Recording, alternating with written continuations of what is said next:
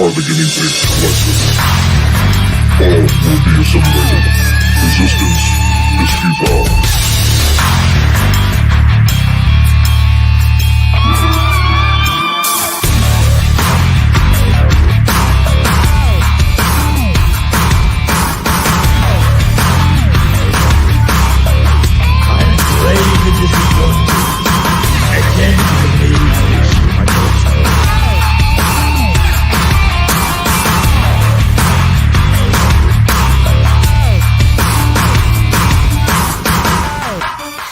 Cocaine's a hell of a drug.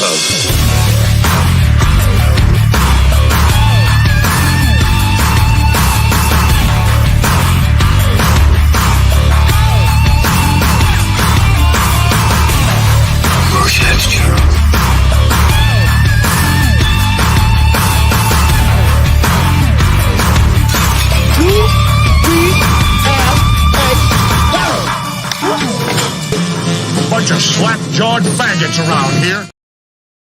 Hey everybody, what's going on? And welcome back to another Guinea Pig Nibbling Live. Here we go again, having a little bit of fun, avoiding some of the pit traps that we've fallen into throughout the week and throughout the past weeks with a lot of garbage. And we're just going to sit here and we're going to try to have a little fun as much as possible. So I hope that you all are along for the ride with us to have a little bit of fun and just a little bit of nostalgia too as well. Thank you to everybody on the panel who's already stopped in. We got our man from the north. We got Steeg with us. What's going on, Steeg?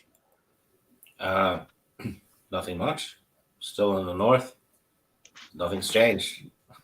The snow is gone and it's getting clammy actually. Because, I'm on the coast, so the humidity goes up quite a bit during summer. So it's not even a dry heat. That's the worst. That's worse. The dry heats are really nice.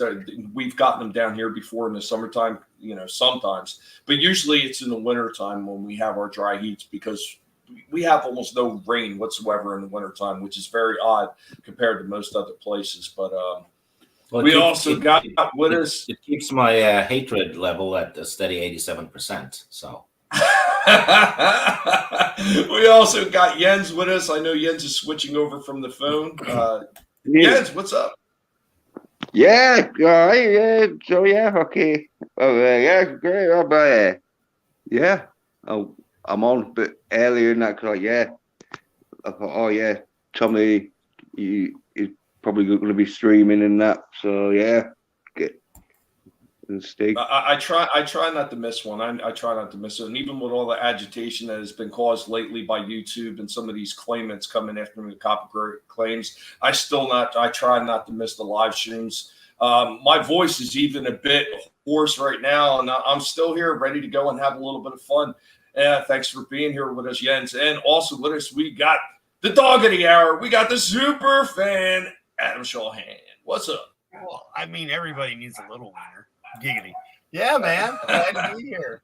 Having some fun, As we do every day, we try to have some fun. If it's not you feeding guinea pigs and me feeding wiener dogs, it's, Jens having a good time and Stig, being Stig.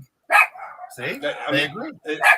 That's the thing, though. I think a lot of us have actually missed out on the opportunity to have a little bit of fun in the middle of all the wars that we're involved in. And it doesn't matter whether it's a Twitter war, whether it's my coach war, or whatever other type of war that it is that you are partaking in. You always need a moment to actually step outside that stuff and have a little bit of fun, have a little bit of nostalgia feel, or just, just relax for a moment. It will pass. Just let it go. And real quick, Adam had popped up in the chat. Thanks for being in the chat as well, Adam. Miss Martin Muses was in the house. What's up, Miss Martin Muses? I hope that you were doing well. Hope that you stick around or are able to watch some of this. Angela Straven also popped up in the chat. What's up, Draven? The link is there if you ever want to stop in and hang out with us. So I want to get started by having a little bit of fun, a little bit of remembrance. Guys, everybody that stops in the chat, remember to go ahead and share out the link, because YouTube loves to suppress guinea pigs. They really do hate my freaking guts. But I want to start off with something that was a little bit of remembrance, a little bit of nostalgia. And I know everybody talks about physical media. Physical media is huge. If you do not have physical media at this point, you never know what they're going to do with these streaming services and all these digital platforms that are putting your favorite form of entertainment out there. So everybody looks to Blu-rays, DVDs, maybe even VHSs. I look back a little bit further, and I look back to stuff like this, Super 8 reel-to-reels. And I have the old Star Wars Super 8 right here. That one's probably worth a bit. Well, it's not worth as much because it is a limited. It's like selected scenes from the movie. I forget exactly. Oh, it says it right up in the top hand corner. Selected scenes from the movie. Oh. So it's not the full length movie, but it's got enough in there that you get a really good feel of the original film, especially because it's on reel to reel. And oh man, I miss these things. My dad used to break these out all the time with the projector, and there was something about watching one of these older movies on reel to reel that you just can't capture with a VHS, with a Blu-ray, a DVD, or on any kind of streaming platform. I don't know if any of you guys have any experience with the old Super 8 reel-to-reels. No. Through Kodak, yes. Okay, so you know what these things are like. Yeah. I think they were a lot of fun. There was a huge collection that I actually picked up from my parents' house. And one of these days, and when I find this space to bring out the projector, I am going to set this damn thing up, and I'm going to go through some of these film reels and rewatch them the way I remember from when I was a kid. Because you know what? Nothing beats that. Nothing beats that experience. If I thought I could get away with actually filming it or putting it up live, I might try to do that, but I'm pretty sure they'd come after me for it. Although, Disney can't come after me for this because this is pre-Disney and they don't own the rights to it. Well, not to mention if you just don't show it on, like you'd have to do like we do with the wrestling. Right. Yeah, do a watch party, but you couldn't show the actual film as we're live. You'd have to have the second. Yeah, but other than that, yeah, they can't do shit. Now, I wonder if I might be able to do it if I'm doing it as a review, as compared to newer forms of media. If I'm talking over why I show some of that, I might be able to get away with that. I would think so, yeah. But either way, I mean, that was a fun piece of nostalgic history for me. That's nice. Really do love those big things. Well, you might like the next one. I'm going to show one other one off, and then we're going to get into open discussions about other things. But this one's actually a figure, and this one we've had for quite a while. It's got a little bit of sun damage to the cardboard, but it's an old Toy Biz.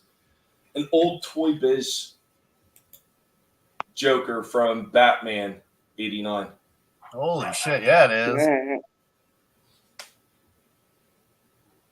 The old Jack squirting Nicholson. orchid. Well, that's the funny thing. When they did these from Toy Biz, they couldn't do Jack Nicholson because he wouldn't license off for these small toys. So they did more of the comic book Joker for the movie toys, which I always thought was odd. I was going to say, it's the Jack Nicholson Joker that doesn't look like Jack Nicholson, but you say it is the Joker from the Batman '89. Yeah, but they were able to do Bob the Goon. You know, obviously they did the Batwing, the Batmobile, and the Batcave. They did all that stuff tie into the movie. But yeah, the Joker they couldn't do as Jack Nicholson. I always thought that was odd, but there we go. Still Joker from the '89 movie from Toy Biz. Yeah, I think it would have been Jack Nicholson probably didn't want his sort of image on a toy because it might have like cheapened his acting. Like no, it wasn't that. It was the royalties that he wanted. Oh right, yeah. I mean, think about it, right? He might not have wanted to have been a toy at that. I mean, because this is more the toy version, not the collector back then. You know what I mean? Like this was it. Toys R Us. Well, yeah. Well, he would have gone for it if they'd have paid him enough, but because they didn't pay him enough, it was like fuck it. I don't want to be thought of like having some kid bite my head off or set fires. I don't want the dog to chew off my nuts. Yeah. Yeah. Yeah. That's pretty badass, Tom. You said that was at your dad's? Yeah, they were one of many Nice. things One like of the- that he had sitting Yeah, there, yeah. sealed in packages. Well, you know how older collectors or a lot of older collectors, they will take stuff like this and they will just put it away. Now, see, one of the reasons my dad would always collect anything with the Joker on it is because that was actually a CB handle. And for some of those that don't know, that's called Citizens Band. It was the little thing that the truckers, they still use to this day.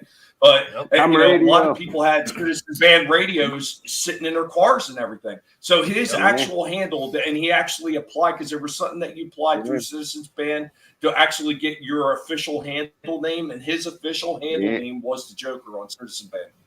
Nice. Yeah. Break, rubber ducky. Yep. I remember Breaker, watching breaker, Convoy, and that was the thing everybody said when they got on CB for the first time. Breaker, here's the rubber ducky. I haven't seen that movie in a long time. Convoy, holy shit! Yeah, That's it's something. I'm gonna leave, but like, I'll be popping in straight away, sort of thing. Yeah, not a problem. Not a problem. Go ahead. But I know Slasher was talking about doing more of the Toy Biz stuff at one point.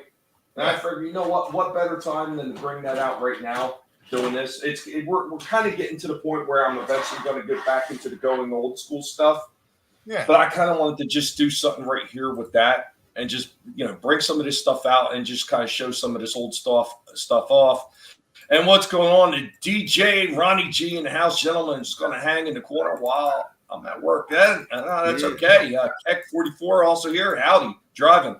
Be careful out there, Keck. There's a lot of weirdos out on the road, but thank you for stopping in as well. Having a little bit of fun, doing a little bit of nostalgia. So as far as like those old toys like that, the Batmans, did you have a bunch of them? Anybody have a bunch of them? No, I saw them, but I was at that age because it came out in like 89 on it and that. And so I was at that age where I'd been collecting He-Man, Ghostbusters, or the real Ghostbusters, should I say, because I never did Ghostbusters, but the real Ghostbusters and that. And I was at that stage where I was going more into girls and sporting stuff than toys, and so I never had any of the Batman because I wanted them all. Yeah, they were pretty cool. I think they were pretty cool. I think Toy Biz did a halfway decent job on them because you got to remember this is when Toy Biz took over, because initially it was Kenner that had the line. But then Kenner lost the line to Toy Biz, and then Toy Biz started producing these toys. And when they came around to the '89 movie, Toy Biz had the rights, and they did gangbusters off the '89 Batman. I remember everybody having at least the Batman and Bob the Goon. Like they were so easy to find everywhere. Yeah, I think my mate had like Batman and Bob the Goon and the Joker, but he didn't have the Batwing. Because didn't the Batwing fire fucking torpedoes? I think it fired something. I don't remember, what exactly it fired, because I know this was after the whole problem that they had with firing toys, and it was the reason why a lot of them got neutered. Like the original Battlestar Galactica toys, they all got neutered. They got the full missile firing mechanisms removed, so the missiles only came out like a half inch to an inch or something from the base when you hit the firing button. So yeah, well, I'm on my PC, so hopefully I'll look it up and I'll share it.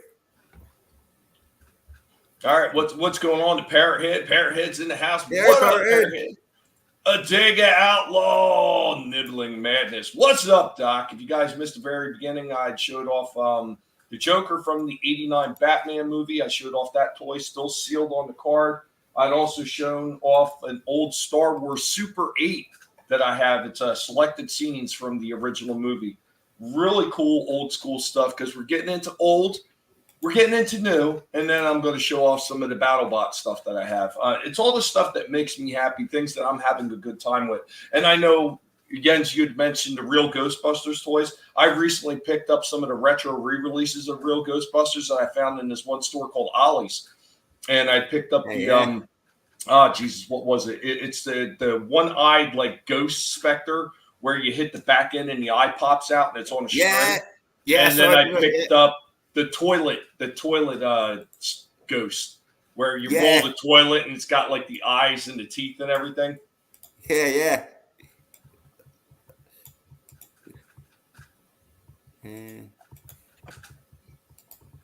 Yeah, I'm sharing the Batwing, but I'm trying to look for it. Firing some. Yeah. It's okay. I didn't get it as a kid. I waited and got the Lego Batwing. So I haven't put it together yet, but I have it.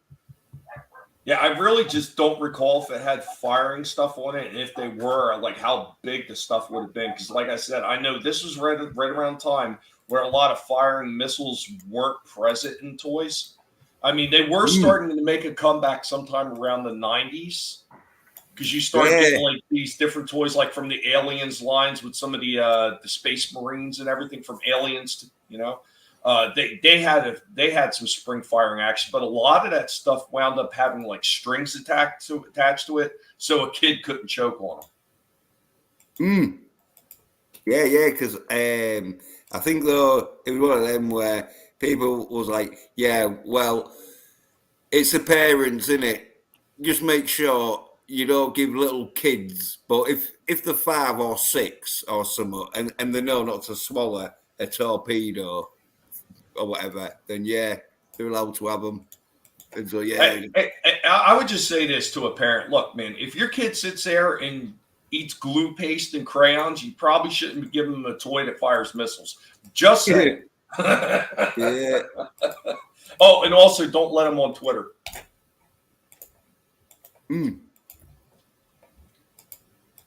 But yeah, I remember a couple of the other ones had squirting action. Like I'm pretty sure that the Joker had a squirting action, yeah, with the Orchid. So it had like a little pump that you would actually put in the water.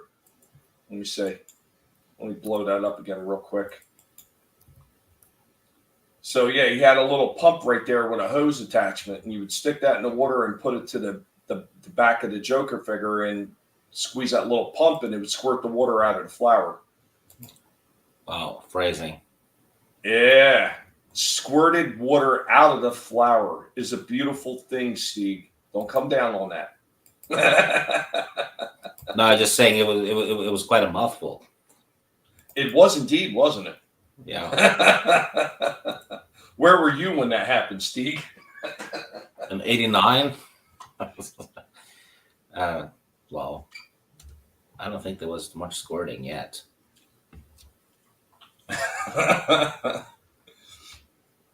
Can't find anything on it, Jens?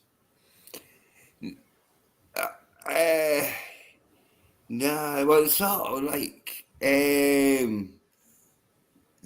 Batman actually is.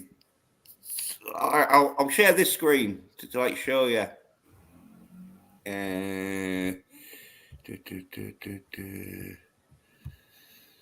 For some reason, I want to say I recall that back wing having like some kind of thing where the wings popped out a little bit more or something. Well, you see here where like it's definitely got plastic missiles getting fired out. Okay. But because like yeah, look on there, there's a trigger where you fucking pulled it for one of the missiles and that, but I just can't see the toy firing it. Oh, look, oh yeah, look, they're suction darts. Yeah. There's one. I was going to say because there's no way they were going to be regular missiles. I doubted it very highly. Because, like, yeah, this was still around the time where everybody was highly offended about that kid choking on that freaking Battlestar Galactica missile. Yeah. Well, them suckers are all right because fucking there was too long, weren't they, for it to go down your throat. You was basically like getting like rammed down the throat with a plastic dildo or a little plastic dildo. I don't know what kind of childhood you had, Jens, but Keep that to yourself. No, you're saying if one of them got shot in your mouth because, like, there was once design, again, as Steve would say, phrasing. Look, if your dirty mind is thinking of something else, it ain't my fault. But when you're a kid, they get flying around because if it hits you in the eye, but your eyes shut, you're all right. But if it hits you in the eye and your eyeballs open, then like one of my mates, he apparently it like suckered on to his eyeball, and then he closed his eyelid over it, and he had to. But anyway, they usually didn't do no damage. No, most of the time those things are pretty harmless. I mean, like I've always said, with a lot of those kids, you had to be a crayon eater to sit there with your mouth open, firing those missiles. You had to have been looking to shoot that thing into your mouth like a rah-rah. So the fact that they blame toy companies for parents' laziness over watching their kids, I thought was always ridiculous. And what's going on the Gap after dark, man? What's up? Yeah, choke on this eggplant. But yeah, I mean, a lot of fun with that Toy Biz line. A lot of fun. So I do have something else old school here. So let's see if you guys remember this guy. No, Never seen him.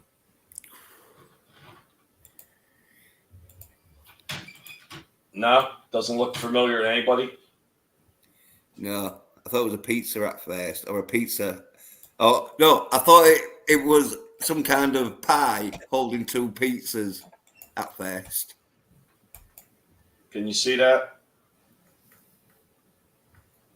A bit closer, a bit closer. Yeah, it's sort of that. Yeah, UFO.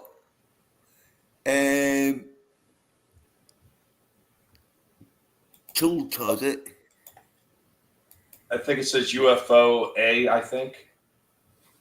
So this is actually from the Shogun Warriors line. So the Shogun Warriors line, along with the big giant figures that they used to have, including Godzilla, and then they had 6-inch figures and like 3 3/4-inch figures. They also had vehicles like this. It actually came with a little a Shogun Warrior type figure that would sit in the front here and fire out of here, and then he had missiles that sat in the side that would fire out. Yeah. This thing is hardcore. I've had this since I was a kid, and this was made in, hold on, see if they got the date on there anywhere. No, they don't have the date. This was made, I want to say this was like 75 or something. Yeah, it definitely looks pre-80s because... Well, this is all die-cast. Yeah, because by the 80s, like, it was very hard to find fucking... well, apart from the Transformers, but most toys, it was plastic, wasn't it? Everything was plastic. Action Man, everything. I mean... the plastic started in the late 80s, really. I mean, it started in the early 80s a little bit, but it really wasn't until the late 80s that you've seen most of these toy franchises really shifting over to like 100% plastic. Because early 80s, you would still get a lot of toys that had some die cast in them. Yeah. But like, the time late 80s, it was practically all. It was quite unusual to see any metal toys. That's why it's kind of surprising when I see some of these re-releases of some of these old toys, like when Hasbro was still paying attention and giving fans what they wanted in some old re-release retro G1 figures. They actually still did include die-cast in a lot of the older designs that had it in there. So you just don't really see that very much anymore. I mean, I understand that it's more cost efficient to make the stuff out of plastic, but there is something about getting a figure or getting a toy that's got a little bit of heft and weight in it. I mean, even Tonka doesn't really make anything with die-cast metal anymore. Yeah, well, they can do some damage, can't they? When a kid throws one of them, it smacks you in the face. Especially if it's got some weight behind it, as you said. Well, that's the key. You make it so heavy the kid can't pick it up. Oh, or at yeah. the very least, if they can pick it up, they're working out and they're keeping themselves in shape. Yeah, hey, good idea. Let's make some masculine toys. It's like, hey, is your kid playing with plastic Wonder Woman toys? Hell no. Let's give him a metal Hulk. If he can pick it up, he can play with it. he who is worthy can pick up this toy. Yeah. For ages, who are strong enough to pick up this toy. For ages of those that are not soy. Yeah.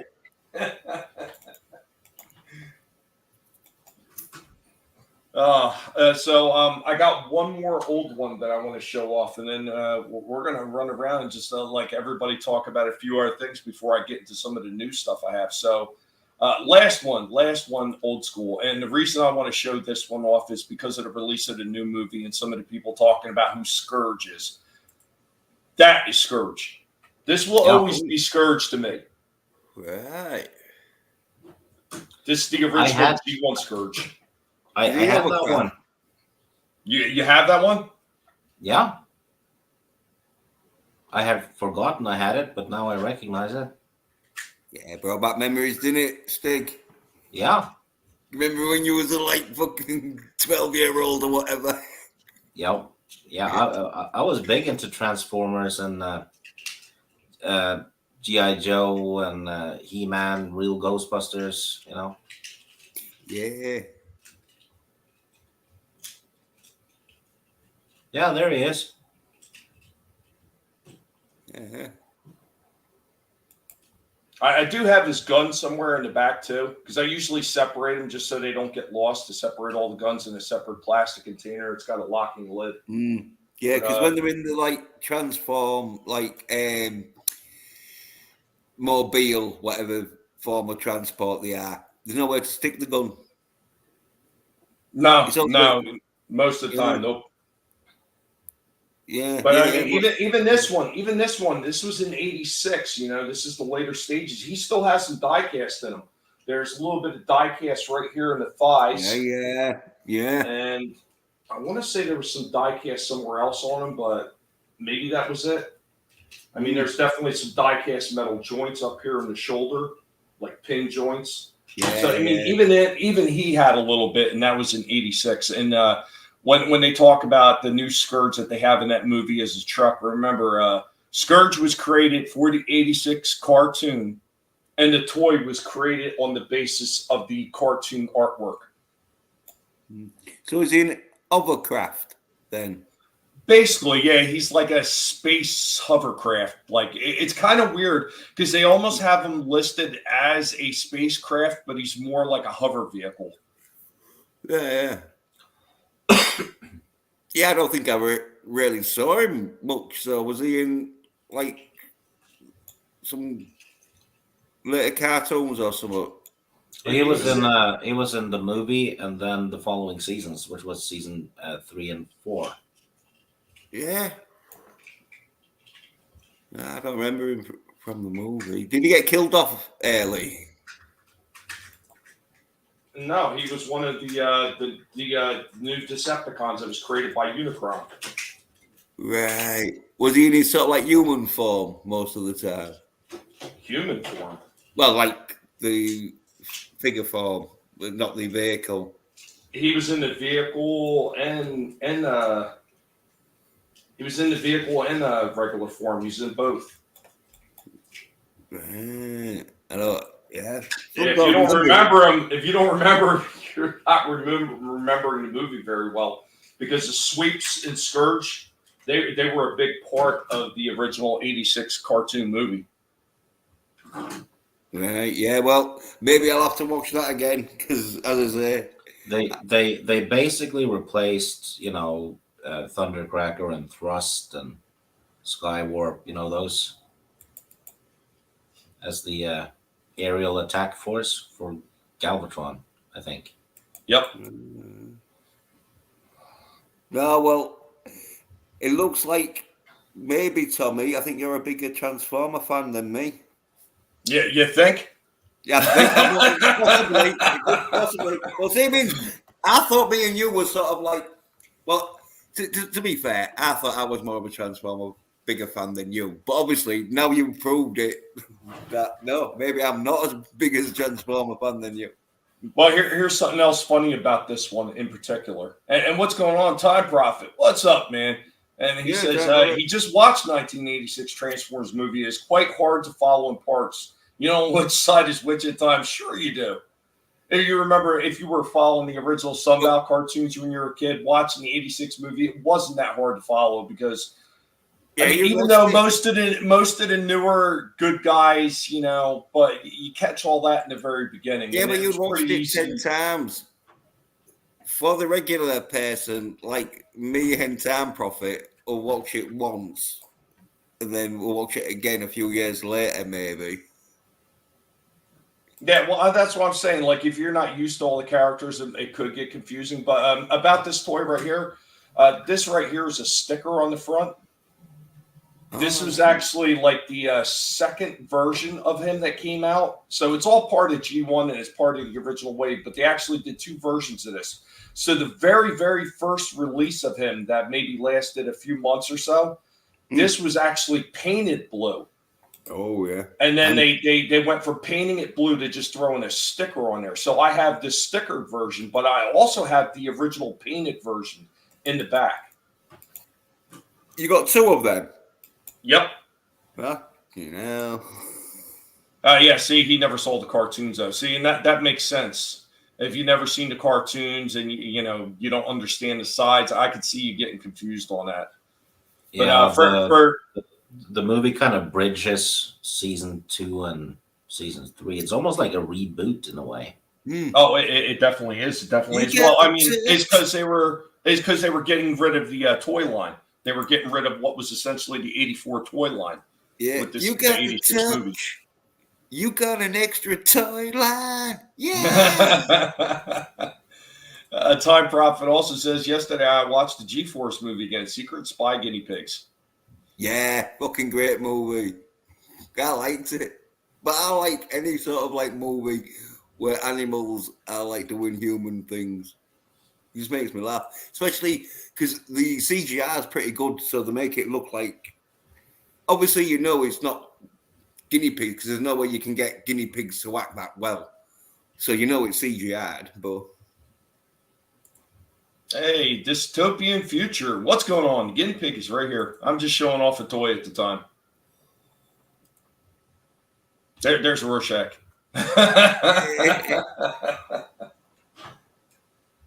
Well, yeah, I still have a bunch of those 86 figures in, and, you know, when I was repairing them, because that's the biggest thing I was doing is repairing a lot of these bots, and I would get extra lots. I would wind up with more figures. So I wound up with a couple Scourges.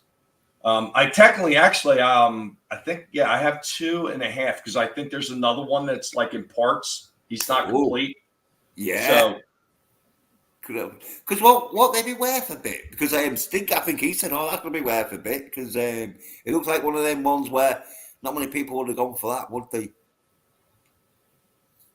No, he actually sold very well, and then he was re-released again in '87 when they did Target Masters. The only difference is they made the opening in hand for the gun a little bit wider, but yeah, I mean he sold fairly well. There was a lot of examples of him out there. I mean, in my search though, I didn't come across as many because apparently they didn't break quite as often. Oh yeah, they look more sturdy, yeah, because like, especially if you kept it in that like hovercraft, space hovercraft form, because it looked like it was like a lollipop, sort of like where there's not much to break off it. The best thing about the Transformers with the rock music, I don't know. I think the story was really good. I enjoyed the holy shit out of it. Yeah, I thought it was great. It was enhanced by the rock music. I would say it definitely was. The music definitely did help the movie a lot because it really did. It gave you a little bit more depth to all the scenes, especially like the stuff where Megatron's taking everybody out in the bridge in the very beginning of the movie. That freaking hardcore, like Megadeth type music. Yeah, playing. dirty metal. Yeah, man. It had a hell of a soundtrack though. Yeah, it did. Yeah. Well, you could tell that masculine men was involved because you had guitar solos in it. So you're like, Well, here's something funny. So the guys who wrote the soundtrack for the '86 movie, you know, Transformers, more than meets the eye. Those guys that redid it, what they were essentially is they were just huge Transformers fans. They were huge Transformer fans that happened to be able to play music, and they rewrote that beginning score and submitted it to actually be part of that soundtrack. Yeah, but they were huge fans. That's all they were when they started off doing it. They also fucked up a bit because in the lyrics they say the evil unicorn. It's supposed to be Unicron. No, they say Unicron. I thought it said unicorn. No, they say Unicron. Yeah, it could be their accent. We lost that. But there again, though, it might be one of them where if your mind thinks it's somewhat, it will sound like it, even though it's not. But your mind tells your ears that you've heard a sound that you think it's going to be, but sometimes it's not. And with music, it is a bit like that, where some words do sound, especially like unicorn and unicron. That is like really fucking.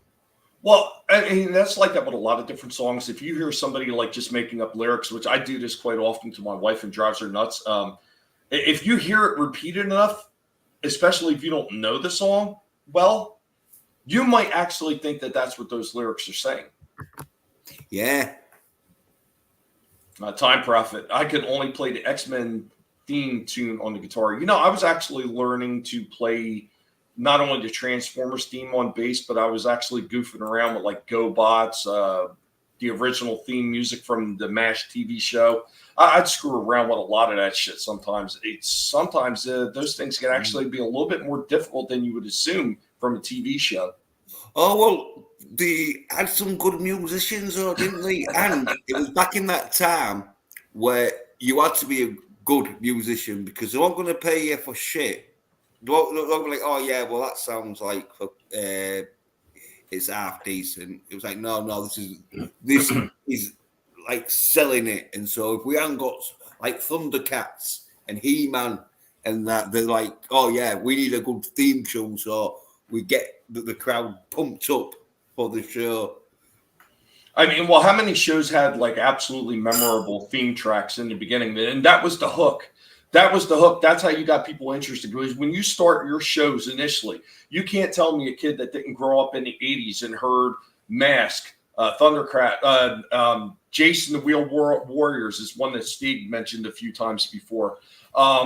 G.I. Joe. You can't tell me a kid that grew up in the 80s won't recognize those theme tracks from the first few bars when they start playing. We will, because the music and the themes for all those shows were done so well, and that was the hook. It got you in with the theme music, and most kids were sitting either humming along or singing along with the damn theme music right before the show. I mean, that's how they pulled you in, and they translated all that stuff over into all the commercials and everything when they were selling the products as well. I mean, it was just...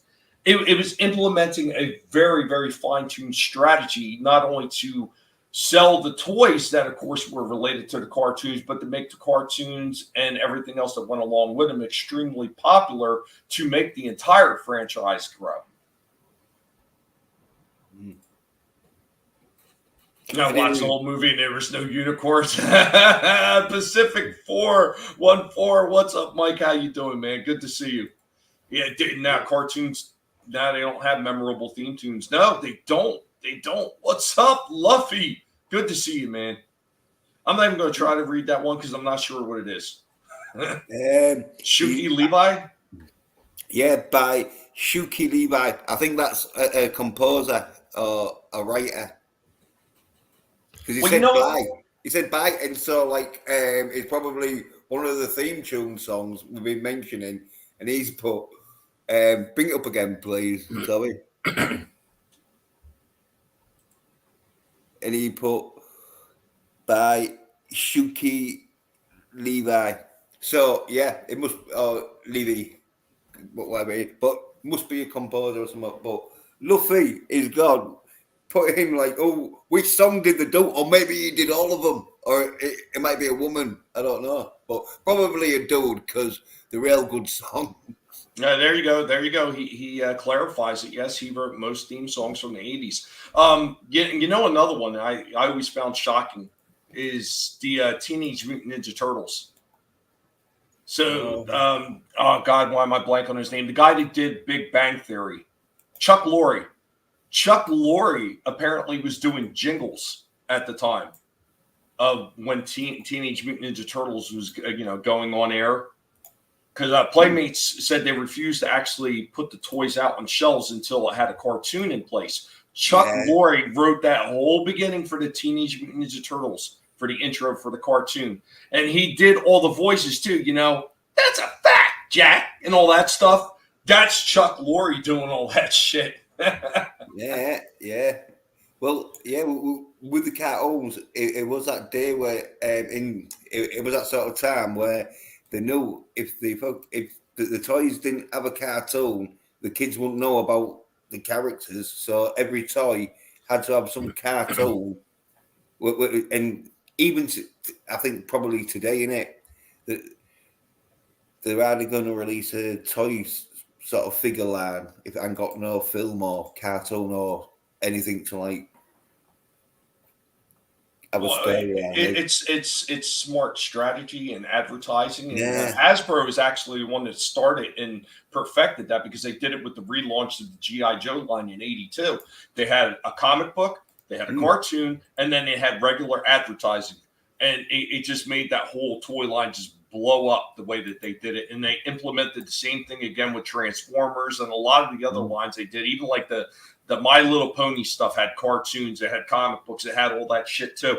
They were really, really smart about the way they did that strategy. And then almost every single toy line after that seen that how well that worked. And that's why Playmates refused to put the toys on the shelf until there was a cartoon out there. Because there was already a comic book because of Eastman and Laird, because that's the origins. Yeah. So before they put toys out, they want to see a cartoon. So the cartoon had to be made and rushed out into the public. And then they released all the toys that they had actually already had worked on, and they were ready to go. But like I said, they refused to put them out on toy shelves until they seen the cartoon out there to make sure these things were properly promoted the correct way. Yeah, because He-Man learned the lesson of not having any storyline when they sort of like released their toy because they didn't have no storyline, did it? And so they had to like get a storyline for He-Man. Wrong. They did have a storyline for He-Man. They actually had somebody write mini comic books that gave a backstory for it. It's just when they decided to go to the cartoon, it wasn't as kid friendly. The comic, there was no translation to make the comic as kid friendly. So that's when Filmation and Lou Scheimer took some creative changes on He-Man, and they did the cartoon. Yeah. No, but I'm sure they released the toys without the book. And then, no, they released it with the book, Jens. I just said that. Right. Well, that was part of the selling features. They were including a small comic book with every single one of the He-Man toys, and that told the story of who He-Man was. Yeah, but as I say, I'm thinking that they had a little short spell of without the book, and that's when it was like, oh no. Again, so you're not listening. They released the toy with the book. It was part of the original. Yeah, I know you're saying that, but I'm just saying that. I already told you how it is. So maybe it was different in Europe because my He-Man figures did not come with a book. Yeah. What's up, Frankie? European thing. Yeah, it very well could be because I had the very first He-Man. The very first ones. Yeah, the very first ones were all originally released with books. Yeah, not over here. Here's the thing, Steve. I actually got one of the books that is in 2 languages because they actually had certain books that had split languages on it for different countries. Yeah, could be, but the ones I had did not have books. Well, then they weren't the original releases then. They must have been like a secondary release. Because I'm telling you, I mean, you could actually, if you wanted to, go look it up for yourself. You can go watch, if you can find it, you can go watch the Toys That Made Us. The guys that actually created He-Man, guys behind it at Mattel, they talk about it. Like every single one had to be released with a comic book. And the guy wouldn't sign off on the He-Man figures until they had something like, oh, yeah, we're including a comic book with every single figure to tell the backstory.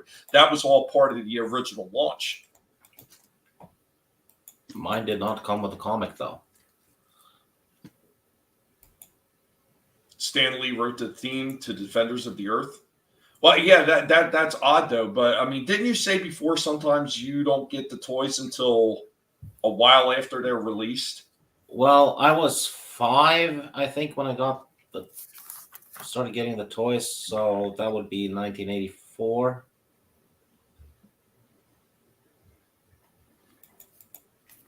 Rock version 8016. I remember buying He-Man comics at the store, though, later on. Yeah, DC, didn't they? Where they went in partnership, and so, like, yeah, He-Man is part of the DC universe. Yeah, I've heard that one before, Time Prophet. I mean, it's the same thing with G.I. Joe. It was called Action Force. Man. Was it Action Force or Action Man? Action Man. Force. No. Yeah, G.I. Joe. Well, yeah, the figures, Action Force, they're like 12-inch sort of. No, it was the small ones, the one with Snake Eyes, the cartoons. Yeah. They were called Action Force. Yeah, and the bigger ones were called Action Man. Yeah, like G.I. Joe, sort of like soldier things. And I remember a while after that, when they actually tried to get away from G.I. Joe, they started calling it Adventure Force. Oh, yeah, real good adventure. You're getting shot at. Oh, yeah, they had like some kind of like big giant squid monster. They had a guy in a deep sea diving getting up because they wanted to get away from the war theme. Because apparently a lot of mothers were getting upset. Yeah, I reckon they should have got rid of the female characters and called it Masculine Action Force. Yeah. Just had like the dudes fighting it out. Testosterone Force. Yeah, masculine. No, sorry. Testosterone Storm. So once you start wanting to get rid of all the females, then you're going to wind up with a whole bunch of Dylan Mulvaney all over the place. That's what you said. You want it. You want men. You want men all around you. I didn't say get rid of them. I said get rid of them out of the fucking GR Force team. It still means that they can stay at home and. Lady J wasn't bad. Team. Now, who's being fucking critical when it comes to getting rid of women? I want them around. What's up, Soul Assassin? Action Force are still selling a cedar weapon packs at stores. Every kid wants his own squid monster, right? I didn't find that interesting. Okay, this is the part of the show we're actually 40 minutes in. I'm gonna pivot over to new. So we started off with old. Now we're going to hit into some of the new stuff. So one of the ones I'm going to start off with is going to start off with this. So this is one of the newer figures that I picked up. Terminator. I did a review on this one already. It's a decent figure. Like, he looks good. It looks like Arnold Schwarzenegger from that original Terminator movie from the beginning. Yeah, really nice. Yeah, he got 3 heads. Because like, what are the other expressions? Because like, these deadpan expression. Oh yeah, the one with the eye. Right. Yeah. And the other one's just got like a side glance, but the hair is different. Because if you see the first one, it's got like the first hair. Oh yeah. It's all kind of layered over, and then the last one is like that buzz cut. Yeah, that has to do, doesn't he? Because he gets like shot up and all that, and so yeah. And he also comes with the damaged arm. Yeah. Oh no, he cuts his hair because I think he's changing his image, isn't he? And so the cops, and so like he cuts his hair so he's not recognizable as much. But so we had that one, but then I also had this one. Oh, yeah. This is supposed to be, I think, from part 2, or I'm not sure. This might be part 1 as well. But yeah, this is part 1. This is later on in the film. Yeah, that's when he's changed his identity look, and so the cops haven't got his identity sort of like thingy, because he's on the run. Well, not on the run, but he's wanted by then. Because I forget where I was spotted, but yeah. This is a really nice one too. I really like this. I haven't gotten around to reviewing him yet because I got so many things that are just tied up. And in case you can't see, hey, Terminator 2 T-1000. I'm going to get to the chat in a second if that's where you're going to get at. No, I was going to say, did it come with a shotgun? The Terminator. Both of them did. So the first one comes with the that big standard pump shotgun that he had, like the riot special. And then the second one comes with like the autoloader pump shotgun. Yeah. So then we got the T-1000 for Terminator 2. Really cool accessory. That, like the one with the head blown with a big giant hole in it. The other one with the split and then the fingers. Oh yeah, yeah. The hands like switch and that. Retractable. Yeah, that is really nice. This is another one I've got to do. They do have another version of him. I forget what's different other than the faces and everything. But I think this one was well done. It's got a very good likeness to the actor. Yeah. I tell you, it'll probably be where he's got the helmet, the helmet on worn it. Yes, that's what I think it is. Yeah, the other one comes with the helmet. But yeah, I thought those were really cool. I really, it's one of those things. I can't say I'm a big Arnold fan anymore because all the crap that freaking idiot had talked. But you know what? Those old movies, I could still appreciate them for what they are. Real quick, we got a question in here. Hold on. And in Britain, a squid monster only costs 5 squid. Soul Assassin, I hope you're doing well. Thanks for stopping in, buddy. He asked a question: T1 or T2? Which is your favorite? T1. I would say T1 as well. Jens? Yeah, T1. Even though the soundtrack to T2 is better because it's got Guns N' Roses. Here's the shocker to you, Jens. I hate Guns N' Roses. I know what? No, you hate Guns N' Roses. You know why? You know why? Because Axl Rose is soy as fuck. Not in fucking Terminator 2 fucking video, Ian. He goes up against the Terminator. Well, he's faced with a Terminator and he doesn't like blink. He's like, come on then. You know what? I'll gladly admit that Terminator 2 is a better written movie. Well, had the budget, didn't it, in time? So yeah, but I still like Terminator 1 more. Yeah. Well, I like Terminator 1 because Sarah Connor is a real woman. She's not some like roided up sort of crazy bitch. But some people like that. Not at that point. Nah, she roided up anyway. Because but she looks like she's roided up because she did work out for that part, but she roided up because that's our muscle. Well, even in part 2 when she did, she wasn't so like buffed out that she, she didn't look like odd or anything like that. It wasn't until like the later movies that when they recast her in that she looked a little odd. I think she looked fine in the second one. It was okay. She was built, but she wasn't like disgusting looking. Time Prophet. T1 is horror. T2 is good, but the Terminator is good, guys. So I will go with T1. And he also says, why didn't Terminators have living skin that could grow back? I guess that wasn't possible. Gap says T-1000. I had the figure and I like it. Yeah, it's a nice looking figure. I know Vinny had reviewed one of them. Those are great. Yeah, they're great looking figures, man. I'm telling you, I can't say enough good things about what NECA has been doing lately. And I know a lot of people shit on NECA, but I'm telling you, I've seen some bangers come out of that company lately. I have a video releasing at 7 o'clock tonight on Eddie from Iron Maiden from Peace of Mind. And even though it's an older mold, which I kind of fault them for not updating the mold, the figure itself in the original mold was still so well done that I enjoyed the living shit out of that damn figure. Didn't the Arnold Terminator come with the flower box? No, none of these that's did. true.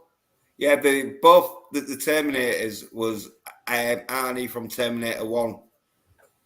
They should have come with Guns N' Roses. And Time Prophet also says he saw Guns N' Roses live at Donington in 1988. Nice. Oh, yeah, they did Paradise City. I think that's when the film, or was it 80? Oh, no. No. I think it would be in 86 when the film, the video for Paradise City. Because Guns N' Roses, the video for Paradise City, I'm sure it's in the UK anyway. So I'm sure it's at Donington and that. And so, yeah, I just took a look back through the second figure just to make sure there was no flower box or anything. No, there isn't. No, because the flower box is the Terminator 2. Oh, yeah, right. Now, I know they released the Terminator, like the Arnold Schwarzenegger one from Terminator 2. I just haven't seen it because as NECA is actually re-releasing a lot of these figures. So as they re-release them is when I'm finding most of them because I didn't have the money back then to buy the originals. So I'm catching these on re-releases. Yeah, so far I've only seen the 2 Terminators and I've seen the 2 Terminator 2 T1000s. And one time I seen Sarah Connor and John Connor Terminator 2 2-pack, but the Sarah Connor in the package for NECA looked so horrible. It looked horrible. It looked like she had melty face or something. It was so bad that I couldn't even entertain the idea of buying it. Like that was one of the few that I seen NECA put out that I was like, yeah, no thanks. That looks like trash. I was a tits because I tell you something. In the film, she wears a really tight wife beater that you can see her tits practically. This one she had the jacket over top. So no one's going to concentrate on that figure, are they? But now, next up, got another newer figure, obviously, because we're into newer stuff. So this is from the Toonie Terrors line. We got Scott. Hey. From Team Wolf. Yeah.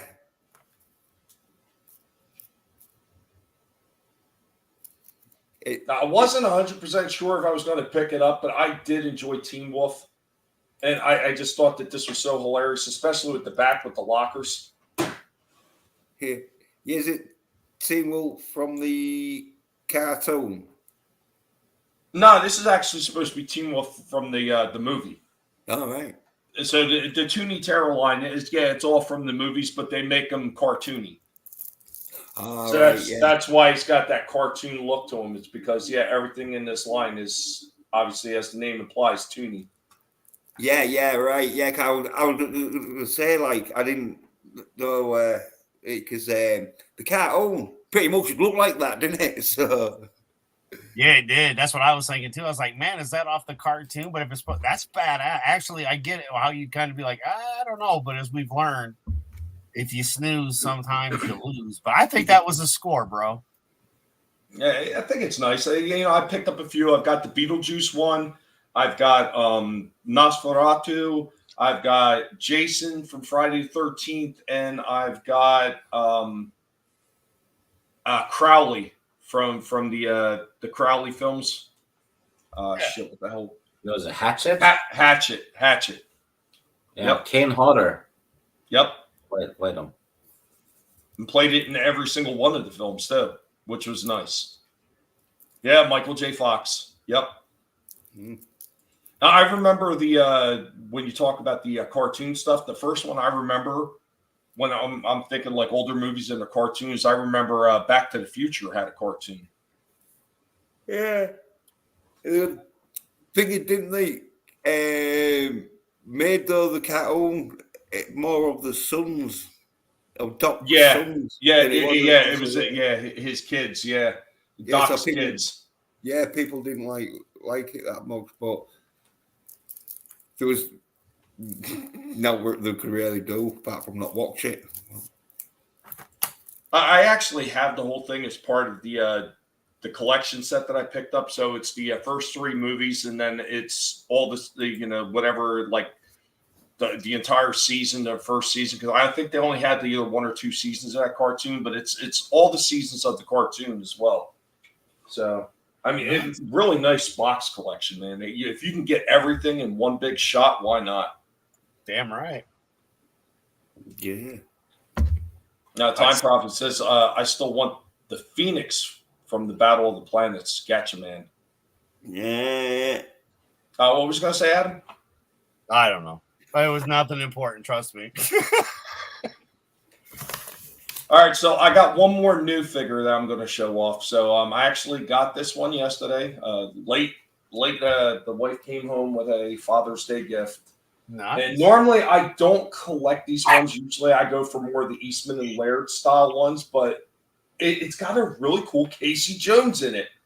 So got Teenage Mutant Ninja Turtles by NECA, more of the animated style. Got Casey Jones and a damaged foot soldier, where it almost looks like his waist is like completely coming apart. I'm not sure if the whole top of the body comes off or not. I have to open up when I do my review and check it out. But I think that Casey Jones looks pretty freaking cool. Yeah. Pretty cool. Yeah, definitely. Yeah. Now let me blow it up for you. There you go. Yeah. Yeah. Got good detail, but like, does that mask come off, or is it like one of them masks that like bring it on? That I'm not sure about. I'm kind of doubting it. I think it's part of his head. Yeah, it's part of his head. Yeah. Yes. I still they look like from the cartoon and that, innit? Because like they've even got sort of like black linings that are cartoon sort of like. Oh yeah, well I mean NECA does that also with the Eastman and Laird ones, which I did. The last review I did on one of those was for the Splinter figure. And holy shit, did NECA absolutely kill it with that thing. It looks like it was ripped directly out of the pages of the old comics, man. I could not have been any more pleased with a figure that I got from NECA when I got that one. That was like a perfect 10 out of 10. If anything, that maybe they could have included another accessory, but it wasn't necessary. Every accessory felt like it belonged because it was something that I seen in the comics, and I actually broke out my Teenage Mutant Ninja Turtles Eastman and Laird comic collection. It's got like the first 7 issues. I broke that out and filmed that to go along with the figure review. And you could see literally, because I show every page where it shows everything that they put with the figure was in the damn comic. And it all belonged in. It all looked great. And I was blown away by it. Absolutely blown away. Let me shrink out a solo layout. Yeah. Time Prophet, I'm watching 90s Spider-Man cartoon and something always happens, so his mask doesn't come off. Right? I miss some of those old cartoons. I think they were done perfectly. For a while, it was tough to find Jaws and Quint, the Toonie Terrors, because University of Orlando loaded with their store. You know, what's funny, Frankie, is I found a whole bunch of them at one of my Targets. Big shocker there. I know when you've watched me and Vinny talk about the toys on Thursday, he's always talking about that Target. The Targets I have near me are always loaded. But yeah, I had no problem whatsoever finding Quentin the Shark. No problem whatsoever. And that was another one. I think Toonie Terrors, they did that one excellent. That thing was beautiful. Like you could actually put Quint in the shark's mouth. Yeah. But yeah, there's another new one. I'm pretty happy with this. Like I said, normally I don't collect the animated versions, but Casey Jones is one of those characters I always loved from the original Teenage Mutant Ninja Turtle line. So yeah, I cannot say I was disappointed with getting an animated version. I think this one is pretty cool, and that'd be one of the next reviews that I start to work on. Nice. I'd say that's a score too. It looks nice, man. I mean, for what it is, like you said, it's it is Casey Jones, what it comes with, and with it being more of that animated style versus live action, I think, dude, if I saw that sitting on the shelf and I had the money, I'd buy it. Yeah, you would buy a lot of things though. I would. Oh, I'm just saying. I don't have turtles a little bit, but like if I saw that and I had the money, yeah, I would. That's something I would pick up because it's pretty badass. You know, if it's going to be something in particular, yeah, it's going to be cool. That Time Prophet. I thought Casey Jones was a train to Dumbo. I tell you what, though, if I had the money to buy everything that I've ever wanted to buy, I would have to buy another house. Because you know what? An expansion room just wouldn't be enough at that point. I have a second garage that's full, Tommy, with the gym, too. I still don't have enough room. Yeah, Tommy, share that for Time Prophet. Don't know if it'll piss him off or make him happy, but that's what he's always wanted. No, I don't. Is he going to be like, oh, yeah, fucking it is. I'm glad you've shown it. Or is he going to be like, yeah, that is what I wanted. And why are you showing me it? You're just teasing me. So, but, yeah. Well, you're British. You got to get your humor somewhere, you know, off of us. Yeah. Yeah. Right? Well, and British and shit.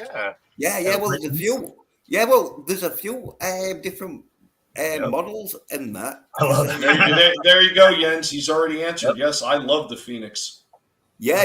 But it was from the UK. He's going to build it in 3D one day. Now I'm kind of confused. Time Prophet. I vaguely remember this now. Is the Gacha Man stuff? Is that the guy with the white helmet that almost looks like he's got like a bird thing on the helmet and like bird type like wings as part of his cape or something? That's the same guy. There's 5 of them, isn't there? There's like a bird in it and a kid, and like there's 3 dudes. Yeah, I think it. Yeah, because I seem to recall seeing that. I seem to recall seeing that in the States, but I don't remember what they renamed it. Because you know, every time they brought those cartoons over to the States, they always changed the names from what they were, you know, across the pond. Yeah. So I don't remember what it was called here. I do remember seeing it. I vaguely remember it. But I don't remember what the American version was. I'll Battle of the Planets. Yeah. I've got it up in that. There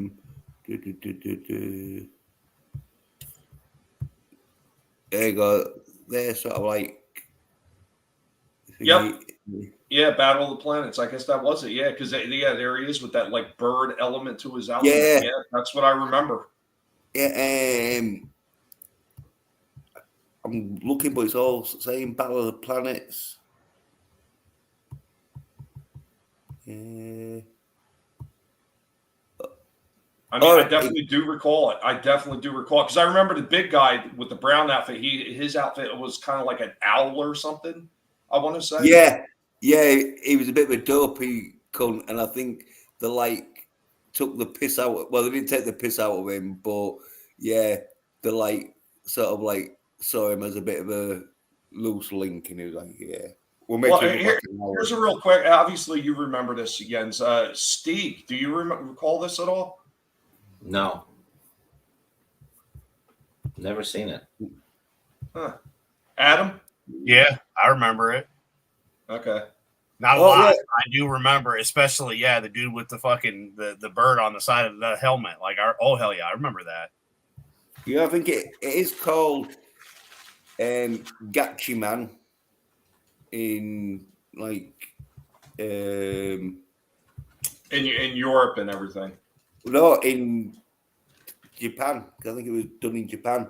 Well, yeah, originally it's a Japanese franchise, but like I know when it came over to the States, it was that Battle of the Planets. I guess that's right. I couldn't remember the name of it, but that sounds right now that I'm looking at it. And thank you, Time Prophet. I mean, Time Prophet, remember that, and he popped it right in the chat. I could not recall it. I remember seeing the show when I was younger, but I'd never really seen Toys for it or nothing like that. So it was kind of one of those shows that kind of drifted in and out of my consciousness. So I mean, I remember it, but I didn't remember it that well. I think I remembered more of it now from back, because it was one of those, like as soon as it popped, I was like, I remember that now. Just those bits and pieces. We're like, I remember that. Yeah, that's from the G-Force. Yeah, I don't remember toys, Tommy. Yeah, I don't remember toys at all. Geekman, G-Force. But anyway, Time Prophet also adds on here. They just made a live action version of Gatchaman. If you don't mind subtitles, it was pretty good. Another one that they did a live action version of. Why I didn't think it was horrible was actually Star Blazers. I didn't think that was horrible. I thought it was okay for what it was. Have you seen this? Now, this is a bit of a warning. Don't get close to bears who are wearing pink if you don't want the pink reflecting onto your white outfit. Because it might make you look like you're wearing pink. Oh, Time Prophet adds in the big difference between Gatchaman and Battle of the Planets was the bad guy Zoltar was a cross-dresser in Gatchaman, but that was changed in America. Nice. Yeah. Hey, Snow Dub. What up, Snow Dub? How you doing, man? And Katya. Oh, yeah. Gotcha. I'm a man. I'll bring him up. What was his name again? Zoltar. Yeah, Zoltar. He was like a right queer Batman. I believe it. Yeah, and like apparently he did talk really sort of like campish, but obviously not in the American one. Yeah. Zoltar. Yeah, I remember they were pumping out cartoons from Japan, bringing them over to the States in droves. Funny thing is a lot of the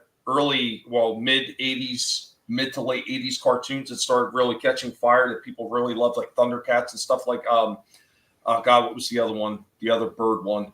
I've talked about it a few times. For some reason, I'm blank. It's with the Silverhawks. The Silverhawks. That was all done with Japanese animation, like some of the original Japanese animation stuff that came over to States. Like Voltron was originally Go Lion. I forget what the other Diagon's Force or something. Damn it! It was the car version of Voltron. That was all Japanese anime too. Star Blazers, of course, was Japanese anime that was brought over and dubbed. A lot of those early things were dubbed and just brought over to make new cartoons in the States. And this one right here that they were showing, the Gatchaman Battle of the Planets, was no different. You see a lot of the same elements in the designing in this that you would see in Voltron with a lot of the different characters. Like that same type of purple, bad guys wearing purple and red and stuff like that. It crossed over with a lot of the Japanese anime stuff at the time. Yeah, they're both acting real camp, but is it even camper? Yeah.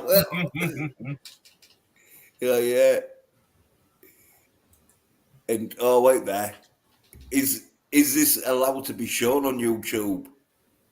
I don't know what that is. I think in 2023, I think this would actually make him like Tommy a little better. Representation. Frankie says, I was the same with Genderizer. I saw it here and there as a kid. Got a toy from a yard sale, giant anime robot Z. Are you talking about like some of the Shogun stuff? The other difference was that in the American one, they added the 7 Zark 7 robot to narrate, so they could cut out the bad bits in the Japanese version. Yeah, Zoltar wears high stripper boots. Yeah. Here we go. Talking about 7 Arc 7. There he is. Yep.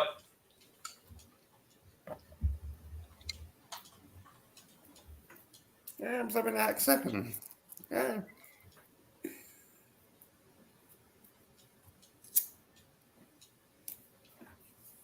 That's pretty neat.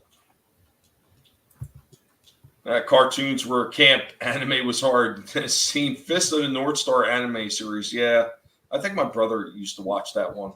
Oh yeah, it's class. That's how I learned how to do my punches.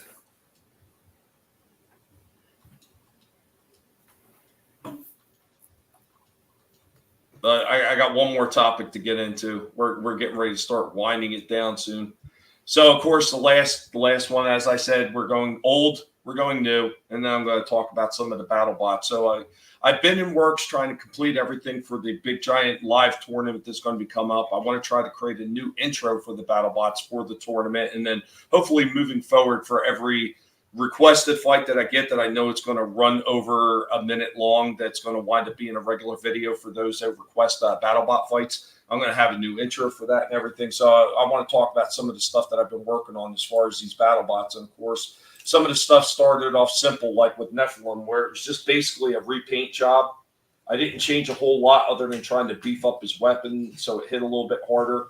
And then as I got into further doing customizations, I started doing just a little bit more with the customizations on there, making them a little bit more unique, adding a certain extra element to them.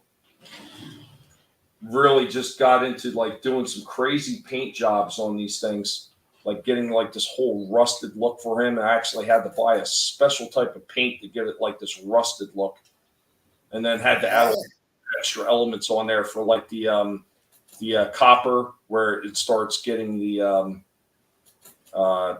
Jesus. You get the corrosion, the corrosion element on there for copper. So I started doing that. I did some things to beef up this weapon. I started getting a little bit more into customization of the weapons. And I created this monstrosity, which took forever. Freaking smart. This thing took me a lot longer than it should have. And then even stupid little things like 300 botics on the back, creating the shield for this, doing all kinds of heat elements to change the Bronco model to make it look like a red cape flowing off the back of them. Then doing stuff like Grindhouse, where Grindhouse was basically just a repaint, but I just did it in a certain way where it didn't look like the original bot quite as much. And of course, we had Maul, where I got into actually doing more of the stuff from movies and stuff like that, like I did with the Hell on Wheels. You're chancing it out, yeah? And then we got the Warrior, of course, from the movie The Warrior. The Wonder Wheel on the top. And then I did stupid stuff like this. So I got the little skull on there that you see on the back patch for the Warriors in the movie. But when this back piece comes off, can you dig it? Yes. Nice. I can. Then Stieg, we got Viking, the new upgraded Viking, which, holy crap, Stieg. I told you I promised I would make improvements to the Viking so you felt a little bit better represented. This guy did really good in this upcoming tournament thing. Like, wait till you see where he actually finishes at the end of the prelims leading to the tournament. He did exceptionally well. A completely different bot now. Yeah, but you painted him snotty green, though. What's with the color? color? It was kind of like the earth tone colors. So if you know anything about, you know what you should do? Get a mouse trap and kill a mouse, and then you decapitate the mouse and stick it to the. I have like a little pole on top of the bot with a severed mouse head on it. You want with a bandsaw covered in blood? No. Yeah. Joker Pig would do it. A huge robot. Oh no. Did you use a stencil for the skull? No, I just hand drew it. Everything I do, I just do it by hand. So then I get into stuff like War Pig, where I had to do tons of customization to make the big giant blade on him. Which unfortunately the paint did not stick to the weapon. No matter what I do, I can't get that paint to stay permanently on the weapon. Every time it hits, it flakes the paint off, and I just don't know what I can do with it at this point. I've tried everything. I tried clear coating it, and it still just rips all the damn paint off. But War Pig. Yeah, but No. the weapons are like in chrome, so it looks good. You I'll tell need to paint it in blood because blood will coagulate. Yeah, look how much chrome's on Viking, and then it looks like snot green. It's a snot green. And then, of course, we That's have not green. We have Scrapper. Scrapper, of course. That my inspiration for that was from Scrapper from the Constructicon team from the Transformers. Obviously, I changed the way the symbol looks a little bit so Hasbro doesn't try to hit me for a copyright strike. But hey, he's going to devastate, and he's actually been killing it lately when I've been running the BattleBot fight. So. I mean, that's some of the stuff that I got going on with the BattleBots. And like I said, we just got done filming all the prelims leading into the tournament that's going to be upcoming, where we're going to have some special guest narrators like Steve. Steve says he would be there for it. Trina says she would like. No, you don't want to be there now? I never said I will. I'll watch it. I'm not gonna. Originally, you said that you would like to be there for it. Yeah, but not narrate. Well, you're not going to be calling the fight. You're going to be there just adding in quips and stuff like that for the fight. Yeah. Oh yeah, that I can on do. the panel like now, Stig. Yeah, basically. Yeah, as far as like commentary, the commentary and narrating are two different things. So commentary, full fight commentary, ETEP and Tony said it, and Vinny said that they would like to handle that. So this way I can just focus on the fights and not have to sit here next to the microphone and try to do all the commentary. It would actually free me up to just pay attention to the fight when I'm doing them because, yeah, it's a pain trying to do commentary and run the fight at the same time, controlling the bot and paying attention to both the screen in front of me and paying attention to the arena. So that's actually going to free me up to just kind of focus on the fights.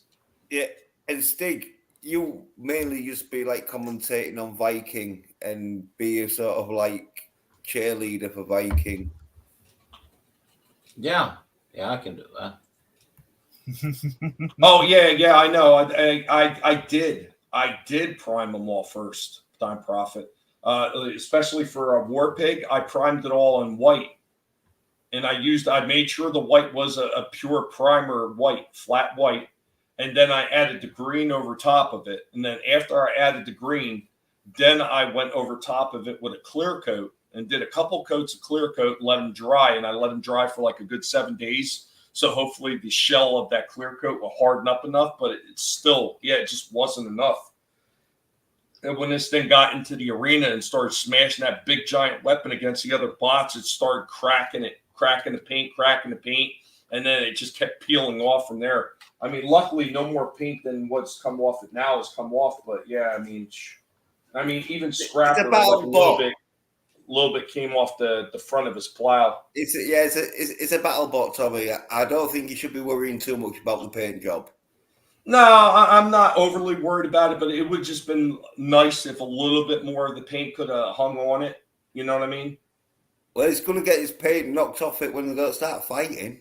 So yeah, to a degree. I mean, Maul has had a little bit taken off his, just off of that section of the weapon, but it's not nowhere near as noticeable as the huge flakes of paint that got ripped off of his. Battle damage. Yeah, well, it is, isn't it? It's like it saves you painting the battle damage on. That's patina, my friend. Right? What I've survived. Yeah, Frankie knows I like the paints on Grindhouse. Yeah, I thought about some of those old video games like Slaughterhouse. When I went to paint him, that was what I had in mind when I did his paint, like the blood splattering all over the place. Yeah. Hey, Tommy, though, I've just realised, if you want to go for a proper professional paint job, you need to put a primer on first, then do your paint job, and then do a clear lacquer over it. Which I already said that, Jens. Where were you? Well, why do you paint? Well, you're buying cheap paint then. Buy some good No, paint, that's it. well, the funny thing is most of the same paints. I always buy the same brand of paint too, and most of the same. When I keep it the same brand, they usually work pretty good. But a few of them, yeah, it just didn't work out on certain things, like Warpig for some reason. Like most of these other bots have taken a licking, and very, very little of the paint is ever scraped off. Warpig was like the one exception where all the paint just like cracked off. Now you need a Battlebot with a flat cap and a ferret for ends. Oh. No. Hey, lad. It wouldn't be a flat cap and a ferret. It'd be like flat cap and a pit bull. Soul Assassin, ever tried his primer and base paint brands? Yeah, actually the Warrior, his spinner was actually painted with a flat paint primer and color. And for the most part, 90% of that color has stayed on that full body spinner very well. So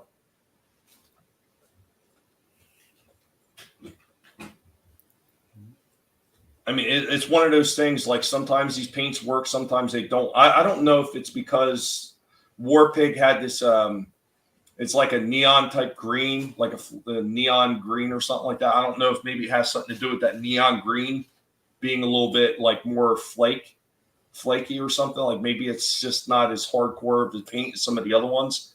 But like some of the ones like Spartan, like all his side armor, he's gotten hit multiple times on the side and everything. And other than these two front wedge pieces where the paint flaked off, all the stuff on the side of this guy is held up from all the hits. Yeah. And even the flipper, there's like hardly any paint flipped off that flipper except like on the very edges.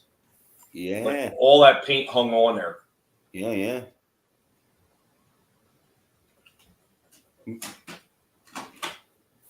Maybe it's due to the plastic or metal, some like have one of them coatings over it, so it's real hard to like put another coating over it. Yeah, usually metal paint won't stick if there's a contaminant on the metal. Yeah. Well, all these things are plastic though. There's like no metal on these Battlebots, like as far as like the chassis, outside chassis and everything. It's all plastic. If these things were metal, I'd be wearing glasses during every flight.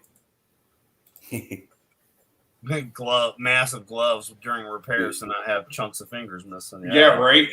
Yeah. Oh man, I've had a few of these things fly off and hit the guinea pig cages. Luckily, like I said, they're just plastic and they just kind of ding off the cages and they don't, go anywhere near the pigs. But still, like if these things were metal, I would have to have a big shield around that arena. Yeah, like a Thunderdome. Exactly. I can see it now. The guinea pigs go on strike to attack the Battlebots, and they're just nibbling away because shit, they're plastic. So what can they do? Yeah. Well, luckily, wins fatality. Luckily, the guinea pig Battlebot mascot, he doesn't really nibble anything. Now, if it was Rorschach or if it was Jumper, there would probably be chunks taken out of these things. Guinea pig tasted and approved. Do they use batteries? Yeah, they use batteries. Most of these are like AAA batteries, but there are two of them that are like rechargeable batteries where you just plug them into a USB port. I hate those two because those batteries do not last long. Those rechargeables that are built in like that, they suck. I hate those things. The AAA batteries I could deal with, even if I use rechargeable AAA batteries, because I know how many fights I have before they wind down, they run out of energy. The other ones, we could be in the middle of a damn fight and the thing will just stop working for no damn reason whatsoever. We've had it multiple times. Yeah, so what's up, man? What up? No, so definitely what you're saying is stick with the AAA versions if you can. Yeah. I mean, unfortunately, there's two bots that are pretty cool, and they're part of the the actual BattleBot show. Well, all the ones that they make are part of the BattleBot show or were, and those two are really cool bots. But unfortunately, they're the two that are built-in rechargeables, and they just suddenly die at the most inopportune times. like in the middle of like redoing a fight for the 20th time.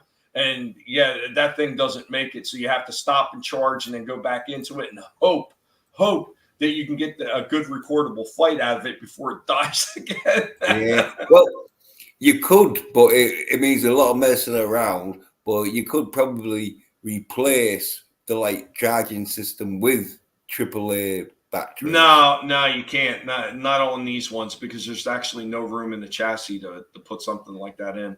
Well, stick them on the top. You can't do that. Yeah, you can just paint. No, you can't because you have removable parts on the bots. The way I play them, they have removable parts. Well, we'll put it on the back or some like. Yeah, there's removable parts on the back too. Yeah, there literally is no room to put it in there. Good thing about batteries, you can swap them out quickly. Yeah, Chaos Oil, doing not bad. YouTube tried to play games with me, and I'm playing games right back with them, and they are not going to beat me. Slasher, what's up, Slasher? Just getting ready to wind down. Slasher's going to be doing another movie review this coming weekend, talking about the good Punisher. Or are you going to do it Wednesday, Slasher?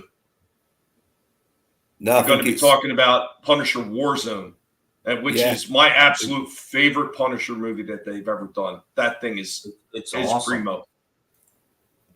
Yeah, well, that's because it's a British dude who's not a soy fucking bitch.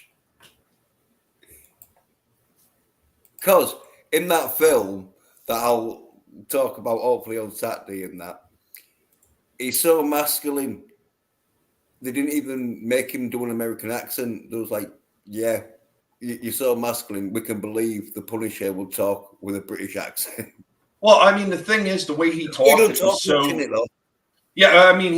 so low key anyway. It really wasn't that noticeable to begin with. No, but if you see it, because like, if I was doing that film and because I know Tommy and Slasher, they want it like bang on, and that they don't want no Punisher 2004, but I'd have said, look, you need to make yourself a bit more American and a bit more sort of rougher, but maybe the director didn't have the balls to say that. I don't know. Once again, I think he was absolutely fine the way he did it. And Time Prophet, I couldn't disagree more. Thomas Jane was not the Punisher. Wasn't. No. Oh, no, because is he Canadian? I think so.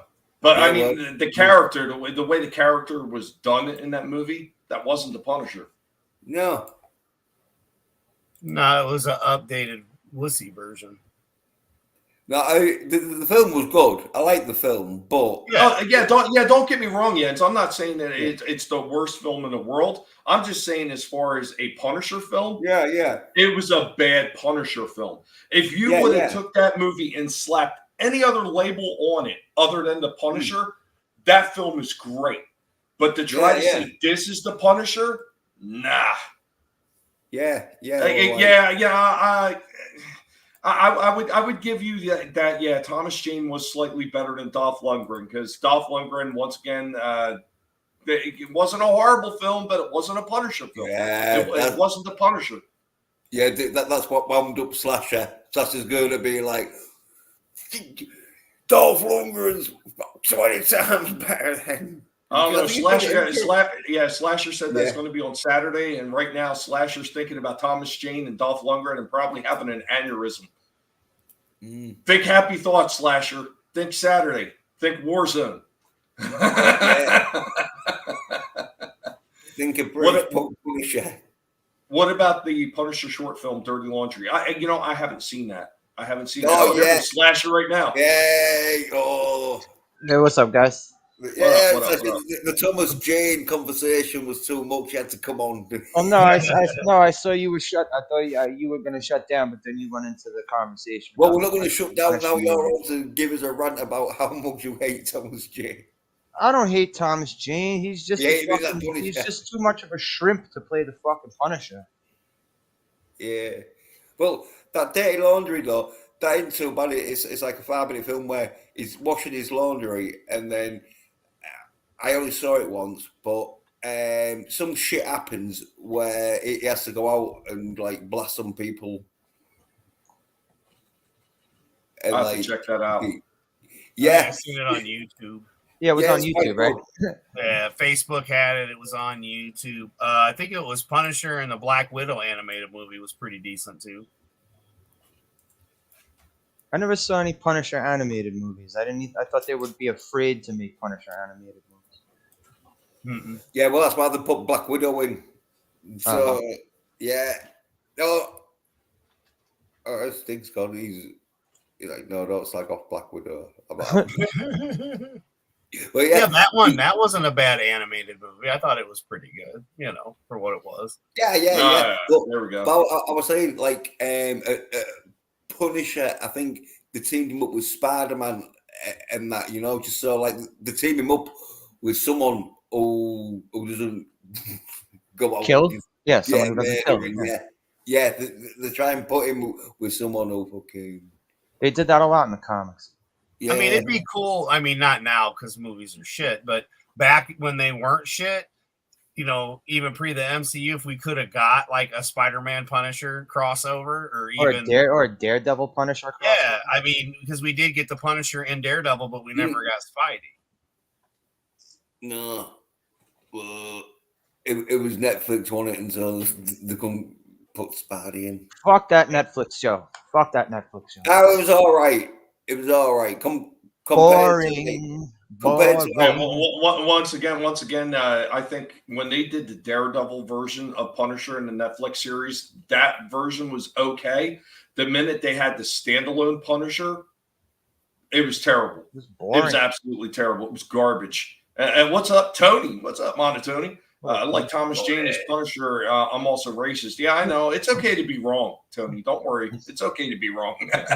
We're not saying you can't like the movie. We're just saying that it's just not our style of Punisher. Yeah. It's not even our style. It's just not the Punisher. Yeah. Oh, the power went out. No problem, Steve. No problem. Might be running for just a little bit longer. I don't know. I mean, usually I wrap it up by an hour and a half in, but we're having a spirited conversation right now, and I don't mind running it for a little bit longer.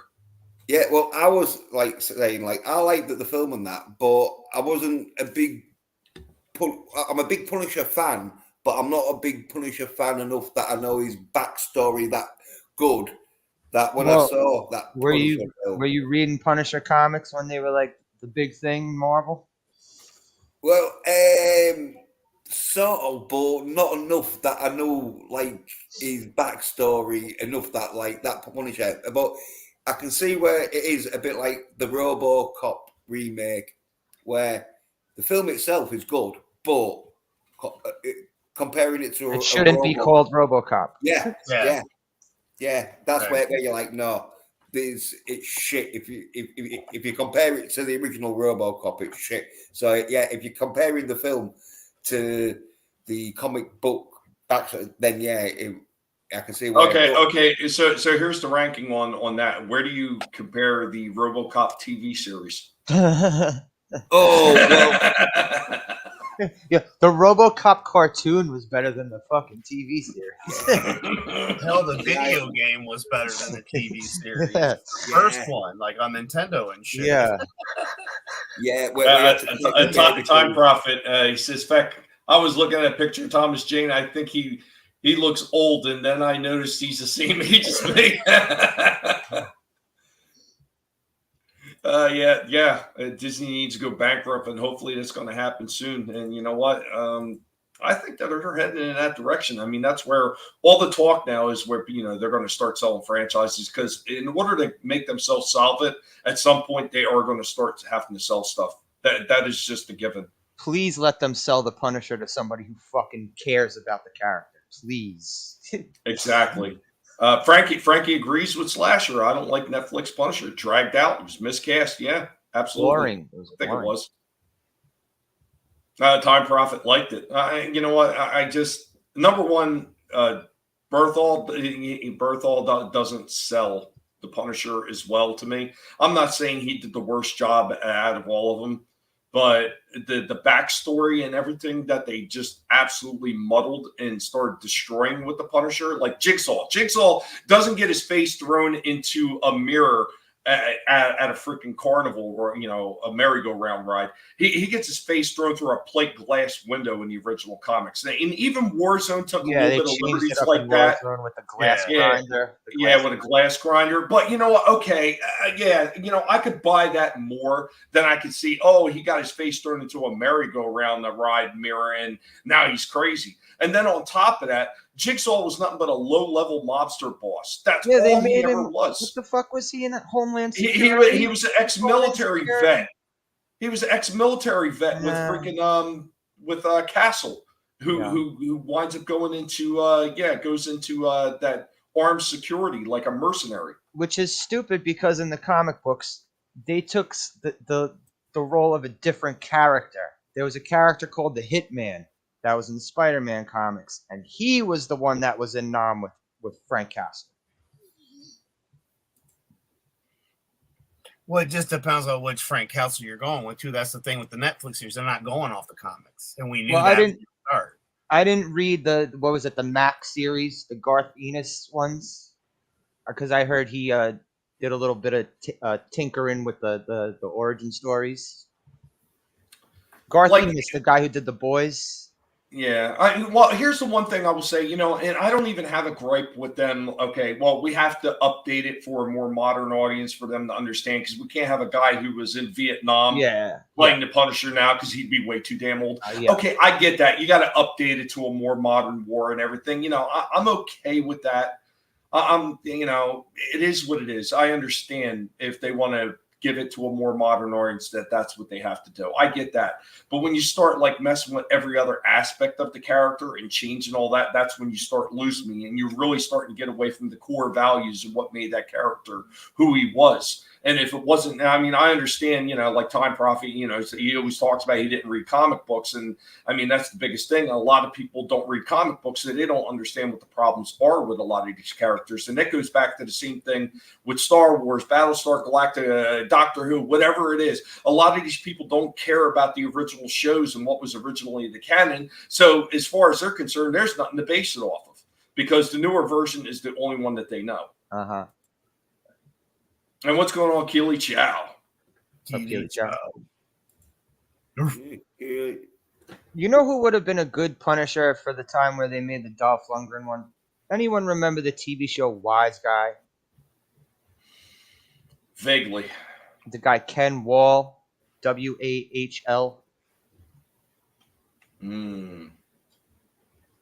It sounds familiar, but I can't picture. Yeah, I'll bring up a picture of this guy. This guy would have been great Frank Castle.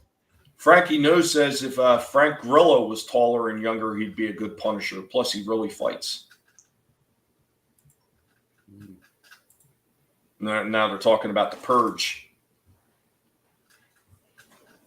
Okay. I'd seen one of those Purges off of Max, like one or two of them. I forget. I think the last one I seen was called the Forever Purge. I think it was. Time Prophet says Ken Wall's too good looking. Yeah, because the Punisher, he is supposed to be rugged as fuck. He's not no pretty boy. Ken Wall. There he is. You remember this guy, Tommy? Yeah. Yeah, you'd have to make him a bit more rugged, as in like make him not shave for about 3-4 days. Grease the sides of his hair back a little bit. Yeah. Don't put any makeup on him that's gonna hide his wrinkles and that shit. Give him even that hairstyle that he has in that picture right there. Some of those early Punisher comic books, he had a hairstyle very similar. He had the. I could definitely see it. And plus, he was better. This guy was better at reading his lines than Dolph Lundgren was. Did Dolph Lundgren really read lines, or did he just kind of run with whatever he thought it was? He muttered a bunch of shit, basically, about innocence. They just didn't have a script, or that's all he could remember. You know, he's like, all right, look, this doesn't make sense. This doesn't make sense in my brain, so I'm not going to say it. Yeah, well, cheers, Time Prophet. But the only thing is I'm about 5'8", 5'9". Probably could get away with 5'10" if I was wearing Cuban heels. Let's get some lifts. Yeah, Put some lifts in your shoes. Yeah, but anything over 2 inches, it's going to be really noticeable, like you're wearing high heels. So I'm like too short to play the Punisher, because then I'd have like fucking slasher. It would look like Tom Cruise trying to play the Punisher. Well, it is 2023 and all. No, you know what it would look like? It would look like Thomas Jane playing the fucking Punisher. Yes, that's what I don't want to be in the Thomas Jane position of every time Slasher watches my Punisher movie, he's just like, it's so fucking short. He's only fucking 5'8". How the fuck did he get to the Punisher? I'd be like, why the fuck is the Punisher based in England now? No, I could do a good Frank Castle, like, because I'd be like, come on, let's get the fuck out of here. We gotta fucking kill some fucking whoever's fucking after us. Oh no, Time Prophet. Jens, with the high heels, you can play Zoltar. Yeah, and pink lipstick. Because don't forget the pink lipstick with Zoltar. Look, he's already got it planned. He's remembering the lipstick.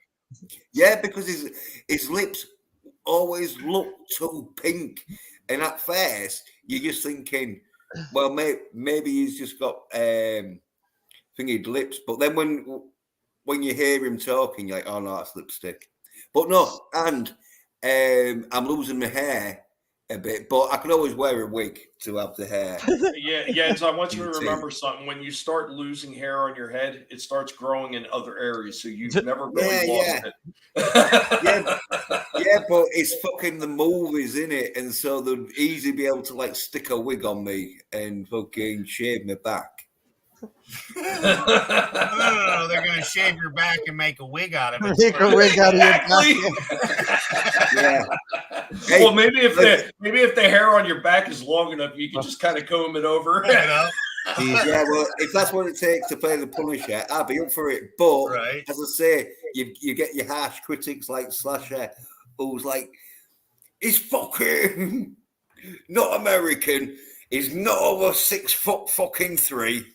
What the fuck? Oh fuck! Well, it's not really harsh criticism when you're used to. All right, we got a short guy playing Batman when Michael Keaton played Batman, but they had plenty of camera tricks, you know. There was and then did a lot of far away shots could hide how short he is. Yeah. You know what I mean? Yeah, and the thing didn't they'd get people around him who was like his his size or shorter. Yeah. Plus he had the ears. Yeah, made him a little taller. Yeah, and I'm sure those boots had fucking quite a bit of. They had height. lifts. Yeah, and they had a big dude play a small guy in Wolverine. Yeah. Yep. Yeah. He definitely is taller than 5'2". Yeah, Hugh Jackman is like legit 6 feet, right? Yeah. Wolverine's supposed to be 5'3". 5'3", yeah. 5'3", 195 pounds. Yeah. He's supposed to be a brick shithouse, built like a fire hydrant. Yeah, as I say, they wanted Bill not Bill Hoskins. You said Bob Hoskins. I remember Hoskins, Bob Hoskins. would have been fucking hilarious having a fat Wolverine. No, well, as I say, they would have probably got him to diet a bit, and then when it came to shooting, they'd have got him to suck in his stomach and made him look like. But he probably couldn't lose the stomach, and so maybe that's why they never played him. But he was considered for the role because he had the height and the build, apart from the gut, obviously. But he was also bald, wasn't he? Yeah, but they'd have fucking just stuck a wig. Yeah, I know. They'd have given him a wig, of course. Yeah. Yeah. And he did look quite sort of fit-ish in his younger days, as in he didn't always have a big gut. He did look Well, quite. he was fat by the time he made the Super Mario movie. Yeah. But I think, as I said, there was gonna make it sort of like before Roger Rabbit sort of thing. Oh, Well, he sort of before got there. Roger Rabbit? Oh, okay. Yeah, I think it was. I think it was like mid-80s, and like Roger Rabbit was released in '86. So like, 80, it was, I think it was 88, 88. Roger Rabbit was 88. Oh, was it '88? Right. Oh well, it might have been like '85, mid-80s, where fucking they wanted him to play Wolverine, and then like it didn't go through because there was something to do with like other problems where He was probably drinking. He was probably drinking his fucking because according to him, during filming Super Mario Brothers, the movie was so fucking terrible that he says that he was drunk during most of the filming. Yeah. Well, I think and all like it was that time where it was really hard to get funding for a superhero movie, and so. Well, if it was 80s, that was when Marvel couldn't make a movie if their lives depended on it. Yes, that's what I'm saying. Like it was mid-80s, I'm sure, when he was considered because he must have been looking in half decent shape, or they wouldn't have considered him. But it was when he was looking in half decent shape where they was like, oh yeah, he could play, and he's a good actor and all. As like if you've seen Bob Hoskins films, you know he can fucking act. And so they'd have been like, yeah, well, it might not look exactly like you'd want Wolverine to look real fucking six-pack. But in them days, you didn't really have to have a six-pack to play a superhero. But... Well, unless you were Lou Ferrigno. If you were Lou Ferrigno, you had to have a six-pack. Yeah, but that's played the Hulk, where Wolverine wasn't as well known as the Hulk. Sort of thing. Oh he was.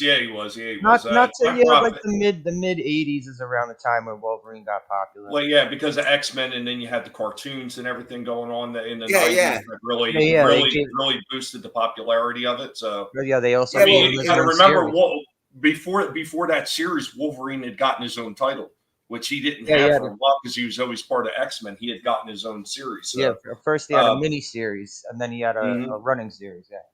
Yeah, well, Time Prophet says Jens would make a good Batman. He wouldn't even need the bat nipples. He could use his own. Soul Assassin asked a question. I wanted to get to this one. So, if you were to make a Punisher film, who would you pick for the Punisher right now? Right now, that would be tough because there's a lot of fucking twinks running around in Hollywood.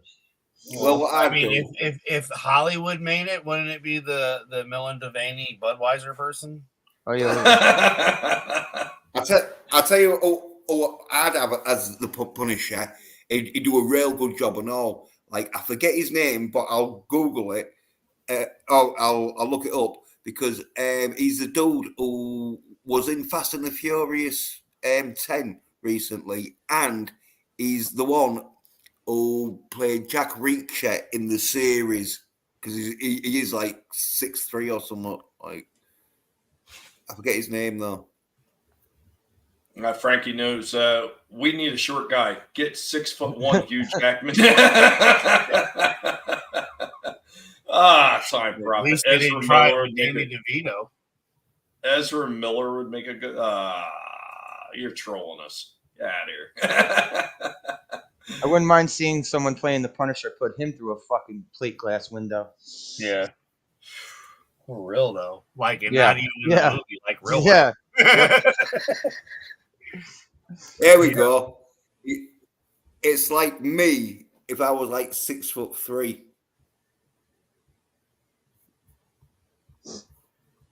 That just means you got to bend over more.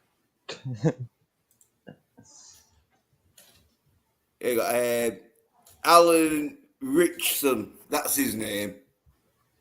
Yeah, this guy would be a good Punisher. Yeah.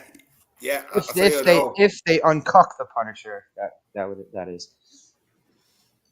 Well, They'd we're have to- talking about the real Punisher, not the garbage of today. So there you go. Yeah, That clarifies. Good enough, in my opinion. Yeah.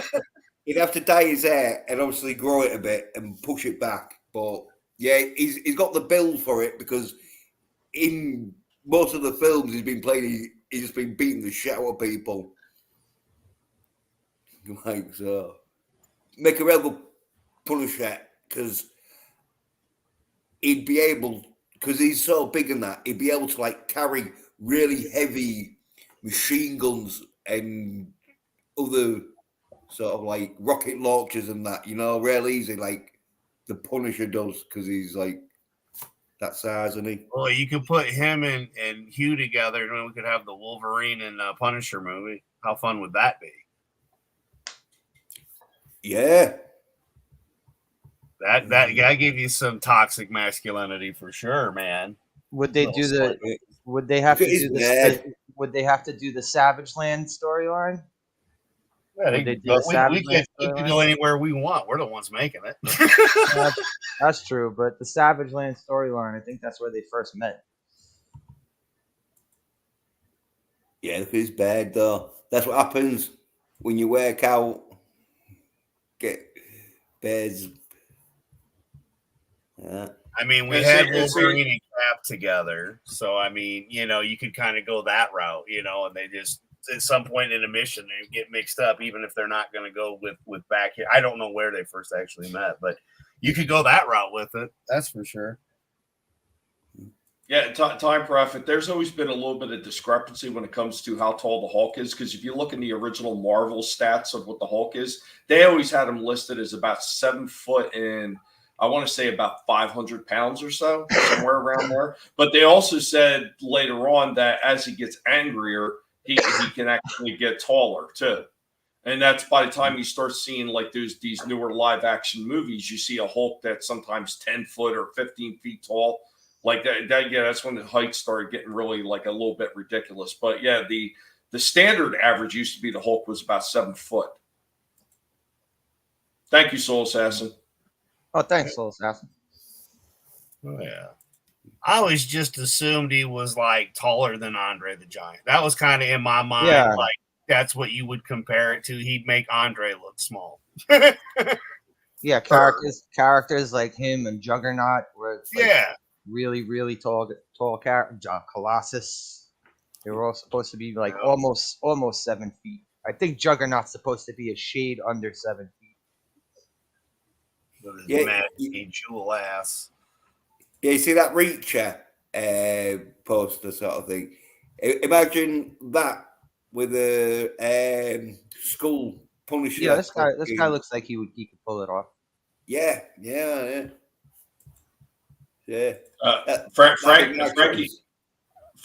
knows says Alan Richardson would be a good Captain America. I think he's a bit too big for Captain America. No, Cap was pretty huge. Yeah. The original Cap was big. Kind of was well-rounded, muscular, when you think about it. Mm-hmm. Yeah, but I don't know if he'd be able to do. Well, there again, they get a stuntman in to do the rail like they did with Chris. Chris China. Yeah. I'm sorry. Right, Evans? Yeah. Evans, yeah, that's it. I had to think about it myself. He said Chris China. I said, God damn, that sounds right. But no, it's All right, guys. We're gonna wind this down. I got a few more things to do and get to the pigs' cages because today is Monday and it's a guinea pig home cleaning day. Yay! It's always good to take care of the piggies. That's this way we keep them healthy and happy. But thank you to everybody that has stopped in the chat. You all are amazing. Frankie Knows, Time Prophet, Soul Assassin, thank you for coming in and dropping the links. Let's see, who else did we have in here? We had Chaos Hoy, we had Keely Chow, Steeg, who was both on the panel and in the chat. Thank you. Monotony, thanks for stopping in, Tony. I hope that you're having a good one today also. Slasher was also in the chat, and they jumped on the panel to hang out with us. Luffy as God was in the chat. Snow Dub Live had stopped in the chat. Thanks, Snow, for stopping in. Appreciate it. Gap After Dark was here as well. Pacific 414, thank you, Mike, for stopping in. Parrothead was in the house. See, did we miss anybody? Superfan, of course, was in the chat as well. Dystopian Future 11, thank you for stopping in. Big Angela Straven.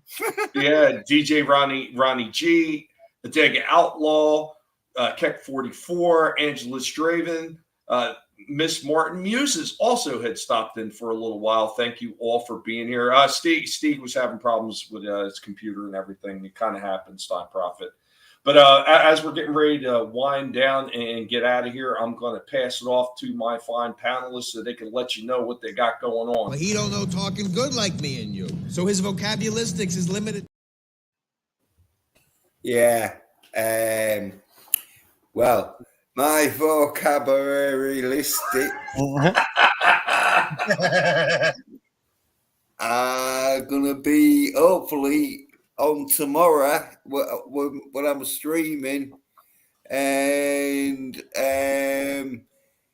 obviously calling out sign like 56 it'll be, and like got some crazy shit sort of thing. And obviously, it's an open panel as per usual. Usually put the link in the stream. I mean, the link in the chat.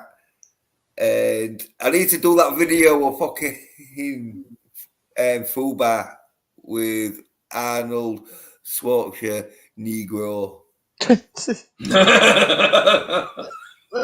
He's not wrong. He does need to do that. You said his vocabulary aren't as good as yours and ours. I'm just saying. Yeah, just in because like I'm feeling a little bit tired. I've got to be honest. So just in case I slay my words and you get your stream took down, I'll have to be careful. It is 7 a.m. there, so or whatever the hell time it is. It's 12 o'clock. There you go. Midnight.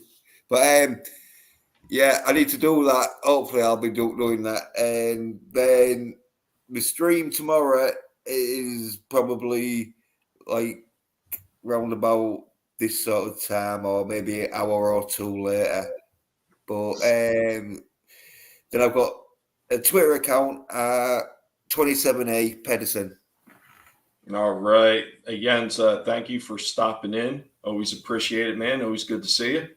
Oh, yeah. Well, cheers. I was on, Tommy, having some retro discussions, some new discussions, and Battlebot discussions. That's right. And then lead into discussions about what Slasher is going to be talking about soon. So, matter of fact, let's pass it on over. Very interesting. I see your hobbies are drinking, smoking weed, and all types of ill shit. What's up, man? Thanks for letting me come chill, Tommy. Oh, yeah, the Punisher movie this week we're doing Punisher Warzone Saturday night. Adam, if you want to come chill, watch the movie, just hit me up on Twitter. All right, man. Thank you. And then after that, we're gonna follow that up with the OG Dolph Lundgren Punisher. Let the pain begin. Yep. Well, that's why I went the 2004 one, Warzone, and then the Dolph Lundgren one. Yeah. Right. So in between suffering, we can have a little bit of leeway in between. Yeah. Some good stuff in the middle of the shit sandwich. Yeah, there you go. Yeah. Thanks for coming and hanging out, Slasher. And I know we're going to have a lot of fun on Saturday. So, guys, be sure to stop by and check out Slasher's review on Warzone on Saturday. We're going to be having a lot of fun talking about that one. I know both Slasher and I love the shit out of that film. And I really don't see what is to hate about it, especially if you're a longtime Punisher fan. If you've read some of the old comics, if you know about the Punisher, you should enjoy the holy hell out of Warzone. If you haven't seen it, you need to see it. Absolutely. All right. Now, thanks, Tom. Hey, not a problem, man. Not a problem, man. Of course, your link is like everybody else is down in the description down below. And we're going to hand it on over. I'm gravely disappointed Again, you have made me unleash my dogs of war. Yeah, who the fuck doesn't like that movie? I mean, I'm sorry, I wasn't gonna go there, but yeah, who the fuck? Yeah, they must, yeah, you know, blue hair and shit. Yeah, there's nothing wrong with that movie at all. And again, you know, we were referring to the character, and if you don't like that, then I don't know why you're even listening to us. Because I mean, we're just some old men up in here. Every now and again on my channel, we'll have old men talk because myself and deranged lunatic, and I don't know. It's just like we talk every day, but it's just whether or not we feel like going on air. And a lot of times we don't. We just do what we just did right now, all of us on panel, just not on air. But I got bored earlier, Tommy, and because of all the creative juices that were flowing, I just got fucking stoned and said the hell with it. So I literally, for like less than a minute, recorded frying hamburgers. You know what? Though? Yearbook, you know, I was high and laughing at it. And I'm like, and I shit you not, it's like 45 minutes short on my YouTube. You know, I was like, you know what? I don't care. And they were delicious, by the way. Nothing wrong with that, though, Adam. As long as you're having fun, does it really matter? No, because you know me, man. I mean, I film me out in the woods burning shit, or fucking I'll be high doing yard work and just like there's the fire burning. You've seen it, you know, and then I'd get in trouble because of the background music. And it's like, oh, get fucked, like a car driving by. Oh, it's this person. It's like, oh, go to hell. But yeah, man, it's like anymore. That's what it's been. And I had actually, for once, a pretty decent Father's Day, and getting to hang out with you guys helped the whole weekend. And you know, it's been a pretty good one after all. The rest of the world's gone to shit, but you got to sometimes just say it's the little things, you know, it's the cigarette, the orgasm, or if you're lucky enough, you know, whatever it is that gives you that little bit of happiness, you know, just to get by every day. And every now and again, you just got to go, you know what?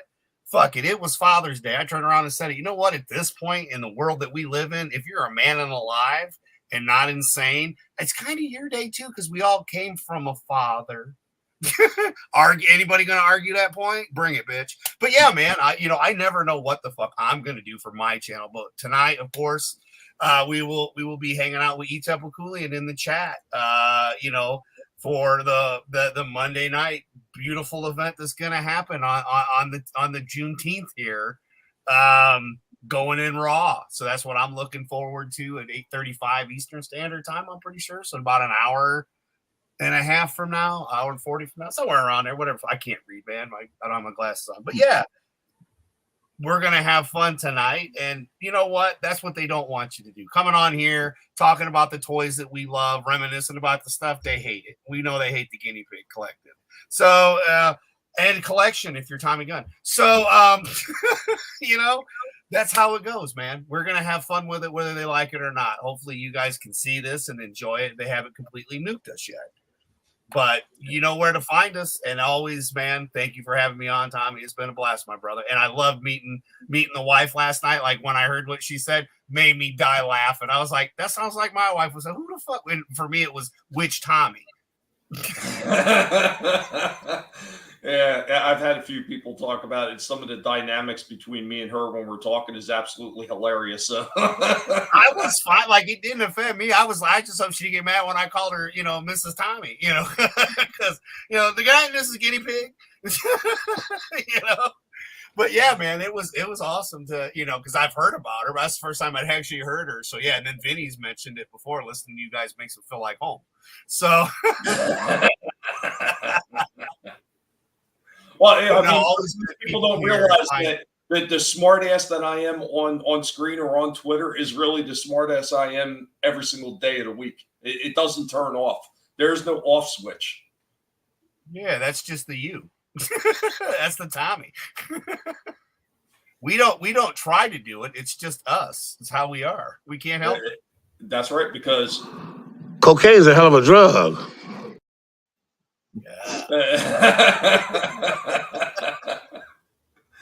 But Adam, thanks for being here and hanging out with us.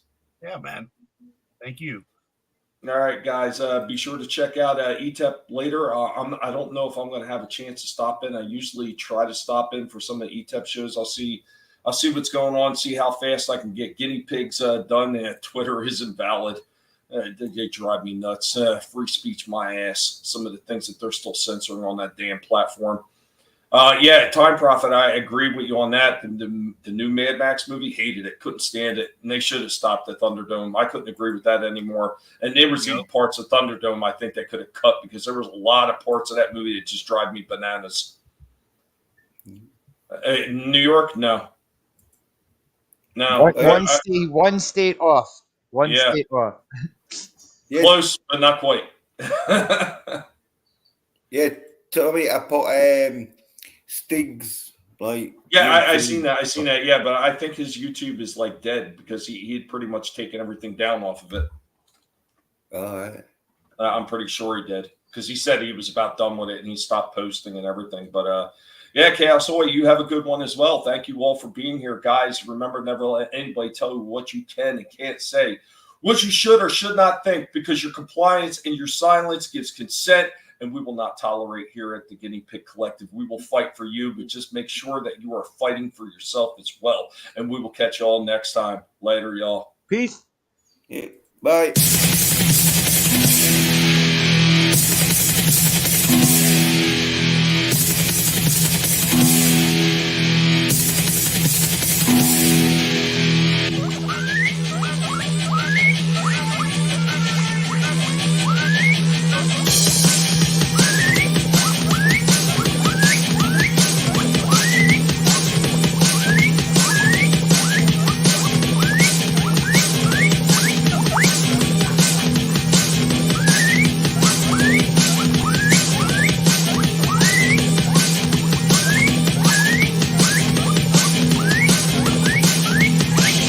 Forget the pigs, you should bet.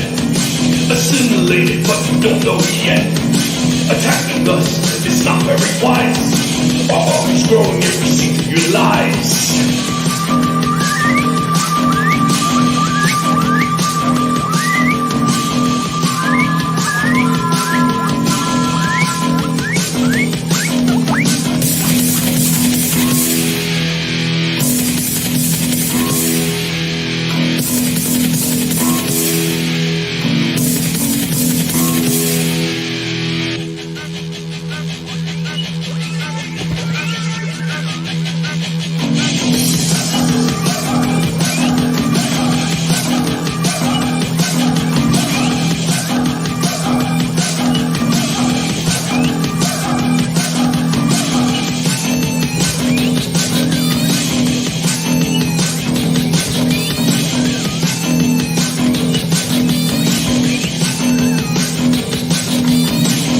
What we are looking at, good and evil, right and wrong. It's a pig world order.